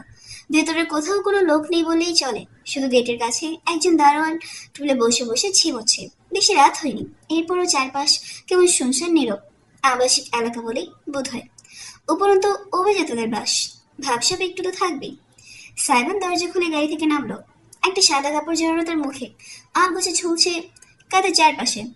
দূর থেকে হঠাৎ দেখলে যে কেউ ভূত ভেবে ভয় পাওয়ার সম্ভাবনা আছে, অথচ পরোয়া নেই তার। প্যাসেঞ্জার সিট থেকে বাইরে পা রাখলো ইহানও। ছেলেটার মাথায় মোটরসাইকেলে একটা হেলমেট, সেটার কারণে তার চেহারা দেখা যাচ্ছে না। হাতে ভারী সিজন ক্রিকেট ব্যাট, পুরো দস্তুর তৈরি সে 4 ছক্কা হাঁকাতে। সাইমন আর চোখে সঙ্গীর দিকে তাকালো, 2 আঙুলে কিছু একটা ইশারা করলো, তারপর নিজে এগোলো সামনে দারোয়ানের দিকে। পদশব্দ শুনে ঝিমানো বাদ দিয়ে দারোয়ান মুখ তুলে তাকিয়ে দেখলো যেন এক অশরীরকে হেলে দুলে এগিয়ে আসছে। মুখে পেঁচানো কাফনের মতো সাদা কাপড়, তাতে আবার লালচে ছোপ ছোপ দাগ। মধ্যবয়স্ক দারোয়ান নিজের হাতের লাঠিটা তুলে ধরেছে কি ধরেনি। সাইমনের হাতের জোরালো এক খায় উল্টে পড়ে গেল নিচে। সেই যে পড়লো আর উঠলো না, অজ্ঞান হয়ে গিয়েছে। সাইমন তার ছেলের হাসি হাসলো আপন মনে। গেট খুলে বীর দর্পে এগিয়ে গেল। বিশাল সদর দরজার সামনে মৃদু হলদে আলোর বাল্ব জ্বলছে। তার নিচে দাঁড়িয়ে কলিং বেল চাপলো সাইমন একটানে কয়েকবার। ভেতর থেকে হুটোপুটের আওয়াজ এলো, তারপরে দরজাটা হাট করে খুলে গেল। মুখ বাড়ালো এক মধ্যবয়স্ক লোক, পুরনো লুঙ্গি আর হাফ হাতা শার্ট। সাইমনকে দেখেই সে ভরকে গেল, কিন্তু এদিক সেদিক করার সুযোগ অব্দি পেল না। বিদ্যুৎ গতিতে এগুলো সাইমনের হাত চেপে ধরলো লোকটার গলা। একটাই প্রশ্ন করলো, জঙ্গল কোথায়? লোকটা সাইমনের শক্তির সঙ্গে পারল না। এমন দুর্ধর্ষ এক অবয়ব, যেন কাফনে মোড়ানো।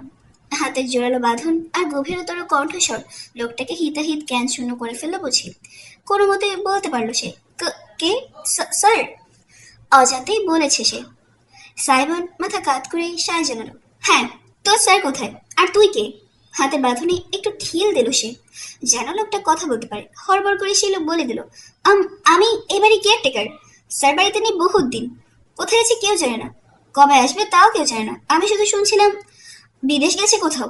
বিশ্বাস করেন, আমি এর বেশি কিছুই জানি না। আমি তো শুধু জান নিয়ে এখানে কাম করি। তাহলে এবার জান নিয়ে পালা। একটা ঘাড় ধাক্কা দিয়ে লোকটাকে রীতিমতো পুতুলের মতন ছুঁড়ে বাইরে বের করে দিল সাইমন। একেবারে সিঁড়ির উপর উপর হয়ে পড়লো সে। হুড়মুড় করে ঢুকে পড়লো সে ভিতরে। বাড়িটার ভেতর থেকেও আলিশান, একদম চকচকে তকতকে পরিপাটি আসবাব। 2 তলায় উঠে গিয়েছে সাপের মতো পেঁচানো সিঁড়ি। গোটা সিঁড়ি কার্পেটে বাধাই করা। সাইমন কাপড়ের ভেতর থেকে ঝাপসে ধোঁয়াশের মতন দেখছে সবকিছু, তবু তার কিছুই বুঝতে বাকি রইল না। এই বাড়ি, ওই সিঁড়ি দেখার সাথে সাথেই বুঝি তার মাথায় যেটুকু তার জায়গা মতো ছিল সেটাও চটাস করে ছিঁড়ে গেল। এই বাড়ি, এই বাড়িতেই তার অর্ধাঙ্গিনী নিজের জীবনের লোমহর্ষক 2 বছর কাটিয়েছে। সহ্য হলো না সাইমনের। পেছনে ততক্ষণে ইহান এসে দাঁড়িয়েছে। কিছু বুঝে ওঠার আগেই সে ছেলেটার হাত থেকে ক্রিকেট ব্যাট কেড়ে নিল। হন হন করে এগিয়ে গিয়ে লিভিং রুমে থাকা কাঁচের টেবিলের উপর সজোরে আঘাত করলো। ঝরঝর করে ভেঙে গেল টেবিলটা। রীতিমতো পাগল প্রায় হয়ে গেল সাইমন। বাঁধনহারা ঝড়, আশেপাশে যা কিছু তার চোখে পড়লো সবকিছুর উপরে ভাঙচুর চালালো। শোপিস, দেয়ালে সাজিয়ে রাখা পেন্টিং, সে রেলিংয়ে গিয়ে এমন ভাবে ব্যাট দিয়ে আঘাত করতে লাগলো যে ব্যাটটা অর্ধেক ভেঙে গেল। তবুও থামলো না সে, এখান থেকে আটকালো না। দাঁড়িয়ে দাঁড়িয়ে ধ্বংসলীলা দেখলো প্রাণ ভরে। ভাঙচুরের শব্দে চারপাশ যেন সাক্ষাৎ নরকে পরিণত হলো কিছুক্ষণের মাঝেই। কেয়ারটেকার লোকটা পালিয়ে যায়নি, অজ্ঞান হয়ে যাওয়া দারোয়ানটাও কোনোভাবে জ্ঞান ফিরে পেয়েছে। দুজনে ছুটে এসেছে ভেতরে। সাইবানের দিকে দৌড় লাগাতে গেল তারা, কিন্তু ইহান মাঝখানে দাঁড়িয়ে পড়ল। শরীর ভর্তি কলিজা তোদের মনে হয়, আই গুনে দেখি কয়টা আছে। পুলিশ, পুলিশকে ফোন। একজন নিজের ফোন বের করতেই ইহান ঘুরে গিয়ে লাথি হাঁকিয়ে বসলো। ফোনটা ছিটকে পড়ে টুকরো টুকরো হয়ে গেল। একটা কিশোর ছেলের অতি দ্রুত গতির সঙ্গে অসচেতন লোক দুটো হঠাৎ করে পেরে উঠলো না। কেয়ারটেকারের লুঙ্গি ধরে টান দিল ইহান। লোকটা চেঁচিয়ে উঠলো, আয় হায়, আমার ইজ্জতে টান দিল খাচ্চরটায়। তুই খাচ্চর, তোর স্যার আরো বড় খাচ্চর। দারোয়ানের নাক বরাবর ঘষে থাকে কেয়ারটেকারের মাথায় হেলমেট সমেত বাড়ি দিল ইহান। অবস্থা বেগতিক, বুঝতেই বাকি রইল না কারোরই। তাই ঠাস করে পড়ে যেতেই দুজনই হামাগুড়ি দিয়ে বাড়ির বাইরে বেরিয়ে গেল। হাঁপাতে হাঁপাতে ইহান ফিরে তাকালো। সমস্ত রুম ইতিমধ্যেই ধ্বংসস্তূপে পরিণত করে ফেলেছে সাইবার। তার ক্রিকেট ব্যাটটা আধ ভাঙা অবস্থায় ঝুলছে হুড়মুড় করে ভেঙে পড়া সে রেলিং এর সঙ্গে। কার্পেট ছিঁড়ে উঠে এসেছে অনেকখানি, যেন হিংস্র কোনো জন্তু আঁচড় দিয়েছে। অথচ সাইবান কোথাও নেই। ক্ষণিকের জন্য সত্যি ভয় পেল ইহান। আত্মাগো ছেলেটা গেল কোথায়? যে মুহূর্তে চিন্তিত হয়ে সে এগোতে যাবে, তখনই সিঁড়ি বেয়ে দোতলা থেকে হুড়মুড় করে নেমে আসছে দেখলো সে সাইবানকে। সাদা কাপড়টাও এখনো মুখে জড়ানো আছে, তবে অস্ফুট স্বরে কথাগুলো শোনা যাচ্ছে। Shit, that scoundrel is not here. তার মানে অরণ্য সত্যিই বাড়িতে নেই। ইহান কি করবে বুঝতে পারলো না। অরণ্যর প্রতি তার এতই লাগছে, মনে হয় সামনে পেলে সত্যি খুন করে ফেলতে পারবে। নিজের চোখে দেখেছে সে ওই একটা মানুষের জন্য ইহানকে কতটা ভুগতে হয়েছিল, কিন্তু ইহানকে শুধু হাত গুটিয়ে বসে থাকতে হয়েছে। দুঃসাহস করতে পারেনি সে। প্রতিটা রাত আস্তে আস্তে বিছানায় মুখ গুজে চোখে জল ফেলে গিয়েছে। রাগে বালিশ ফাটিয়ে ফেলেছে, খুশি হাঁকাতে হাঁকাতে। কেন বয়স কম হলো তার? কেন এরমের ছোট ভাইয়ের বদলে বড় ভাই হতে পারল না সে? কেন এর কয়েকটা বছর আগে তার জন্ম হলো না? কেন কেন কেন? ইহান শুধু অপেক্ষায় ছিল আর একটুখানি বড় হওয়ার। কিন্তু আজ যখন সে সাইবানকে রুদ্রমূর্তি হয়ে প্রবেশ করতে দেখলো, তখন নিজেকে রুখতে পারলো না, চলে এলো। কিন্তু এখন ওই শয়তানটাকেও পাওয়া গেল না। শয়তান কিভাবে কিভাবে যে এতকাল বাঁচে। ভাঙাচোরা সিঁড়ি বেয়ে নিচে নেমে এসেছে সাইবান। তার মাথায় রক্ত উঠে গিয়েছে বোধহয়। মুখে সাদা কাপড় জড়ানো থাকলেও শুধু লাল দেখতে পাচ্ছে সে চোখে, কটকটে উদ্ভট লাল। ঠোঁট কামড়ে ধরল সে, তাতে মুখের ভেতর নতুন করে রক্তের নোনতা স্বাদটা পেল। মনে পড়ে গেল তার ইরামের কথাগুলো শোনার পর কিভাবে রোখেছিল সে নিজেকে। চোখ থেকে ঠিকরে বের হয়ে আসতে চাওয়া অশ্রুতে সে থামিয়েছে নিজেকে তীব্র ব্যথা দিয়ে। সুচারু দাঁতে জিভ কামড়ে ধরেছিল সে কান্না আটকাতে। আবার জ্বলে উঠল জিভ, নতুন রক্তে ভরে উঠল মুখ। সাইবানের কোনো পরোয়া নেই আর ওসব বিষয়ের প্রতি। নিঃশ্বাস নিতে কষ্ট হচ্ছে তার। তীব্র প্রতিশোধ বাসনা সে পূরণ করতে পারছে না বিধায় শরীর গলিয়ে উঠছে। কিছু একটা ভেঙে গড়িয়ে দিতে ইচ্ছে করছে। আহ! হুট করে নিয়ন্ত্রণ হারা এক হুঙ্কার দিয়ে উঠল সাইবান।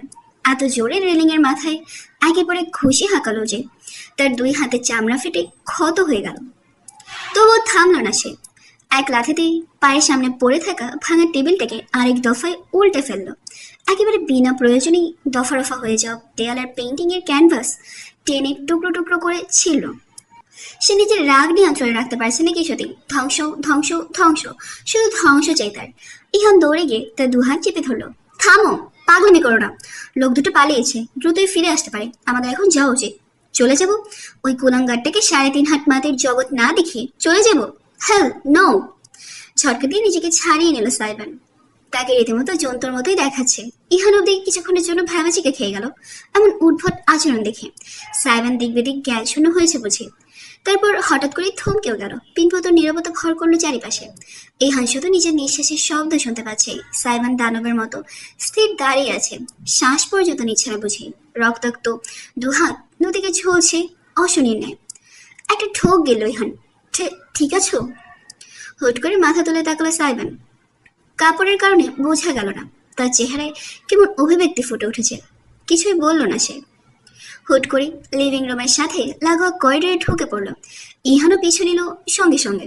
এদিক সেদিক ঘুরপাক খেয়ে অবশেষে সাইমন যে খুঁজছিল পেয়ে গেল রান্নাঘর। ভেতরে ঢুকেই সোজা স্টোভের কাছে গেল। নিচের ক্যাবিনেট খুলতেই দুটো সিলিন্ডার পাশাপাশি পেয়ে গেল। বাঁকা হাসি ফুটলো তার ঠোঁটে। ইহান তখন সবেমাত্র রান্নাঘরের দরজায় পৌঁছেছে। এই ছেলে এত দ্রুত হাঁটে কিভাবে? আদৌ মানুষ নাকি? মস্তিষ্ক ঠিক মতো বুঝেও উঠতে পারেনি তার। এর আগেই কানে গেল একটা রহস্যময় শীষ, অত্যন্ত করুণ সুরে বাজছে। করুণ থেকে ক্রমশ চড়া হয়ে উঠল সেই শীষ। অতঃপর অচেনা গলার পাশবিক সুরেল আওয়াজ, আতরো গোলাপ চন্দন মারো বন্ধের গায়ে, আতরো গোলাপ চন্দন মারো বন্ধের গায়ে। জমে গেল ইহান। হেলমেটের উইন্ডো খুলে ট্যাপ ট্যাপ করে চেয়ে রইল সামনের দিকে। দুটা সিলিন্ডার টেনে হিচড়ে বের করছে সাইমন। গুনগুন করে গায়ে শেষে তার অশরীরী আওয়াজ ছেয়ে গিয়েছে চারপাশে। যেন দেয়ালে দেয়ালে প্রতিধ্বনিত হচ্ছে কণ্ঠস্বর, গায়ে কাটা দেওয়ার মতো ব্যাপার। ইহান অনুভব করলো ওই কণ্ঠের তাড়নায় তার শরীরের লোমগুলো কেমন দাঁড়িয়ে গিয়েছে। গানের কথাগুলো কেমন আতর গোলাপ, যেন মৃত্যুর পর লাশ সাজানোর কথা বলা হচ্ছে। সাইবার এক করে দুটো সিলিন্ডারের মুখে হালকা খুলে দিল। সাক্ষাৎ কবার ব্যবস্থা করছে সে। কার্যক্রমের সাথে হেলে দুলে বেখেলে ভাবে সে তালে তালে গাইছে, ছিটিয়ে দাও সোয়া চন্দন, ছিটিয়ে দাও সোয়া চন্দন ওই রাঙা চরণে। দাহ্য গ্যাসের কটু গন্ধে ভরে উঠল চারপাশ। সাইবানের হাতে উঠেলো লাইটার। গুনগুন করতে করতে সে পিছিয়ে এলো রান্নাঘর থেকে, এক পা দুপা করে সময় নিয়ে। ইহান ছিটকে দূরে সরে গেল। বুক কাঁপছে তার। পরিস্থিতি নয়, বরং সাইবানকে ভয় লাগছে তার। সাদা কাফনের মতন কাপড় শরীরে জড়ানো, তাতে হাত ফেটে লাগা রক্তের ফোঁটা। অদ্ভুতভাবে সরে সরে দুলছে শরীরটা, অনেকটা তন্ত্র সাধনার মতো করে। হাতের লাইটারে যদি ভুল বশত আঙুল চেপে যায় তাহলে শেষ। ইহারে দৌড়ে পালিয়ে যাওয়া উচিত। এই ছেলে জীবনের পরোয়া না থাকতে পারে, কিন্তু তার নিজের তো আছে। অথচ সে যেতে পারল না। আতঙ্কিত হৃদয়ে সমাহিতের মতন চেয়ে রইল। এই যেন এক ভয়ঙ্কর আসক্তি। সাইবান অবশেষে রান্নাঘর থেকে বেরিয়ে এলো। ইহানকে দেয়ালের সঙ্গে লেপটে দাঁড়িয়ে থাকতে দেখলো একবারে। কোনো মন্তব্য না করে হেঁটে লিভিং রুমের দিকে চলে গেল। ইহানের সম্মোহন এতক্ষণই কেটেছে বুঝি। সে কাঁপা কাঁপা পদক্ষেপে অনুসরণ করলো। সাইবান লিভিং রুমে এসে পড়ল, উদ্দেশ্য বেরিয়ে যাওয়ার, কিন্তু পারল না। হুট করে একটা জিনিসের উপর চোখ আটকে গেল তার। দেয়ালের ওপরে একদম কোণার দিকে ছোট একটা যন্ত্র জলজল করছে। বুঝতে বাকি রইল না সাইবানের। CC camera. বিজয়ের হাসি প্রস্ফুটিত হলো তার রক্তবত ঠোঁট জুড়ে। এগিয়ে গেল সে পায়ে পায়ে, সোফার ওপর উঠে দাঁড়িয়ে একেবারে সরাসরি তাকালো সিসি ক্যামেরার দিকে। পেছন থেকে ইহান খেকিয়ে উঠল, আরে কি করছো? তোমার মুখ দেখে ফেলবে তো। সাইমন কোনো পরোয়াই করলো না। সোনার হরিণ পেয়ে গিয়েছে বুঝি, তাই বিন্দুমাত্র দ্বিধা ছাড়াই এক টানে মুখের ওপর থেকে সাদা কাপড়টা সরিয়ে ফেললো, লাশ থেকে কাফন সরানোর মতন করে। সরাসরি ক্যামেরার লেন্সের দিকে দেখালো। রক্তভ ঠোঁটে ভাসলো বাঁকা হাসি। তার ঠোঁট জোড়া বুঝি তপ্ত লাভার সরোবর, যাতে ভাসমান রক্ত পিপাসা। আস্তে করে নিজের বাম হাতটা ক্যামেরার সামনে তুলে ধরলো সাইমন। সবগুলো আঙুল নামিয়ে ফেললো একে একে, কেবল মধ্যাঙ্গুলি বাদে। তাতে চকচক করে উঠল সিলভারের আংটি। অশুভভাবে জিভের গোড়ায় লেগে থাকা রক্তবিন্দুটুকু অনায়াসে চেটে সে সরাসরি ক্যামেরার উদ্দেশ্যে বলে উঠল, গেম অন। চেয়ে এলো সাইমন ক্যামেরার দিকে এক নাগারে, যেন ক্যামেরা নয়, সরাসরি চেয়ে আছে অরণ্যর দিকে। তারপর লাফিয়ে নিচে নেমে গেল। লাইটারটা উপরে ছুঁড়ে দিল, ক্যাচ ধরলো, আবার ছুঁড়লো, ক্যাচ ধরলো। এমনটা করতে করতে ক্যামেরার দিকে তাকিয়ে পেছাতে লাগলো। হুট করে লাইটারে জ্বলে উঠল ফুলকি, সঙ্গে সেই অসহনীয় অমানবিক কণ্ঠের গীত, আজ পাশে খেলবো রে শ্যাম, আজ পাশে খেলবো রে শ্যাম। সাইমন যখন বাড়িতে ফিরল তখন চারিদিক নিস্তব্ধ। কোথাও না থেমে সোজা বেডরুমে চলে গেল সে। রুমে কোথাও ইরাম নেই। বিছানায় শান্ত হয়ে ঘুমাচ্ছে ছোট্ট ইজান। সাইমন থামলো, পায়ে পায়ে এগিয়ে গেল বিছানার কাছে। অপলক চেয়ে দেখলো সে ইজানকে। ছোট্ট শিশুটি ঘুমে আচ্ছন্ন, নরম শরীর নিঃশ্বাস প্রশ্বাসের সাথে সাথে ওঠানামা করছে। বারান্দা থেকে এসে মৃদু আলোয় মুখটা অপূর্ব দেখাচ্ছে। সাইমন বলতে পারবে না বুকের ভেতর কেমন অনুভূতি হলো তার। বিছানার এক পাশে আস্তে করে বসলো সে। একটা হাত বাড়িয়ে দিল ইজানকে ছোঁয়ার উদ্দেশ্যে, কিন্তু হাতে জমা রক্তবিন্দু চোখে পড়ে ভ্রু কুঁচকে গেল তার। মাথা নাড়ালো সে। উঠে গিয়ে বাথরুম থেকে দুই হাত ঘষে ঘষে জমাট বাঁধা দাগ উঠিয়ে ধুয়ে নিল। তোয়ালেতে মুছে পুনরায় ফিরে এলো সে ইজানের কাছে। এবার সাহস করে একটা হাত বাড়িয়ে দিল। নমনীয় শরীরটা হাতের তালুর মাঝে আলতোভাবে তুলে নিয়ে বুকে ঠেকালো। ওভাবেই বসে রইল কিছুক্ষণ। ইজান ঘুমের ঘরে ছোট্ট দুখানে হাত ছড়িয়ে সাইমনের বুক আঁকড়ে ধরল। নাজুক সত্তাটির হৃৎপিণ্ড যেন একই ছন্দে স্পন্দিত হচ্ছে তার সাথে। চোখ বুঝে অনুভব করলো সাইমন ভেতরে জ্বালাময় ক্রোধ ধীরে ধীরে অনেকখানি শান্ত হয়ে এলো তার। যেন তপ্ত মরুভূমির বুকে হুট করে এক নদীর পানি ঢেলে দেওয়া হয়েছে। অবশেষে চোখ খুলল সাইবান। ঝুঁকে ঘুমন্ত ইজানের কপালে নিজের ঠোঁট ছুঁয়ে দিল। কি যেন ভাবলো কিছুক্ষণ, তারপর হুট করে নিজের পকেট থেকে ফোন বের করে নিল। নাম্বারটা ডায়াল করলো সে, কানে চাপলো। কয়েকবার রিং করতেই রিসিভ হলো। জন্ম নিবন্ধনে কাজ দিয়েছিলাম, কত দূর হলো? উপর থেকে কিছু বলা হলো। সাইবানের ভ্রুর মাঝে কারো ভাঁজ পড়লো। ফোন চেপে ধরে সে বলল, সাহারান আলাদিন ইজান, মায়ের নাম ইরান কিবরিয়া, বাপের নাম সাইবান আলাদিন। একটাও যদি বানানে ভুল হয়েছে তো নিবন্ধন অফিসে গিয়ে কম্পিউটার পিটিয়ে ভেঙে আসবো, মনে থাকে যেন।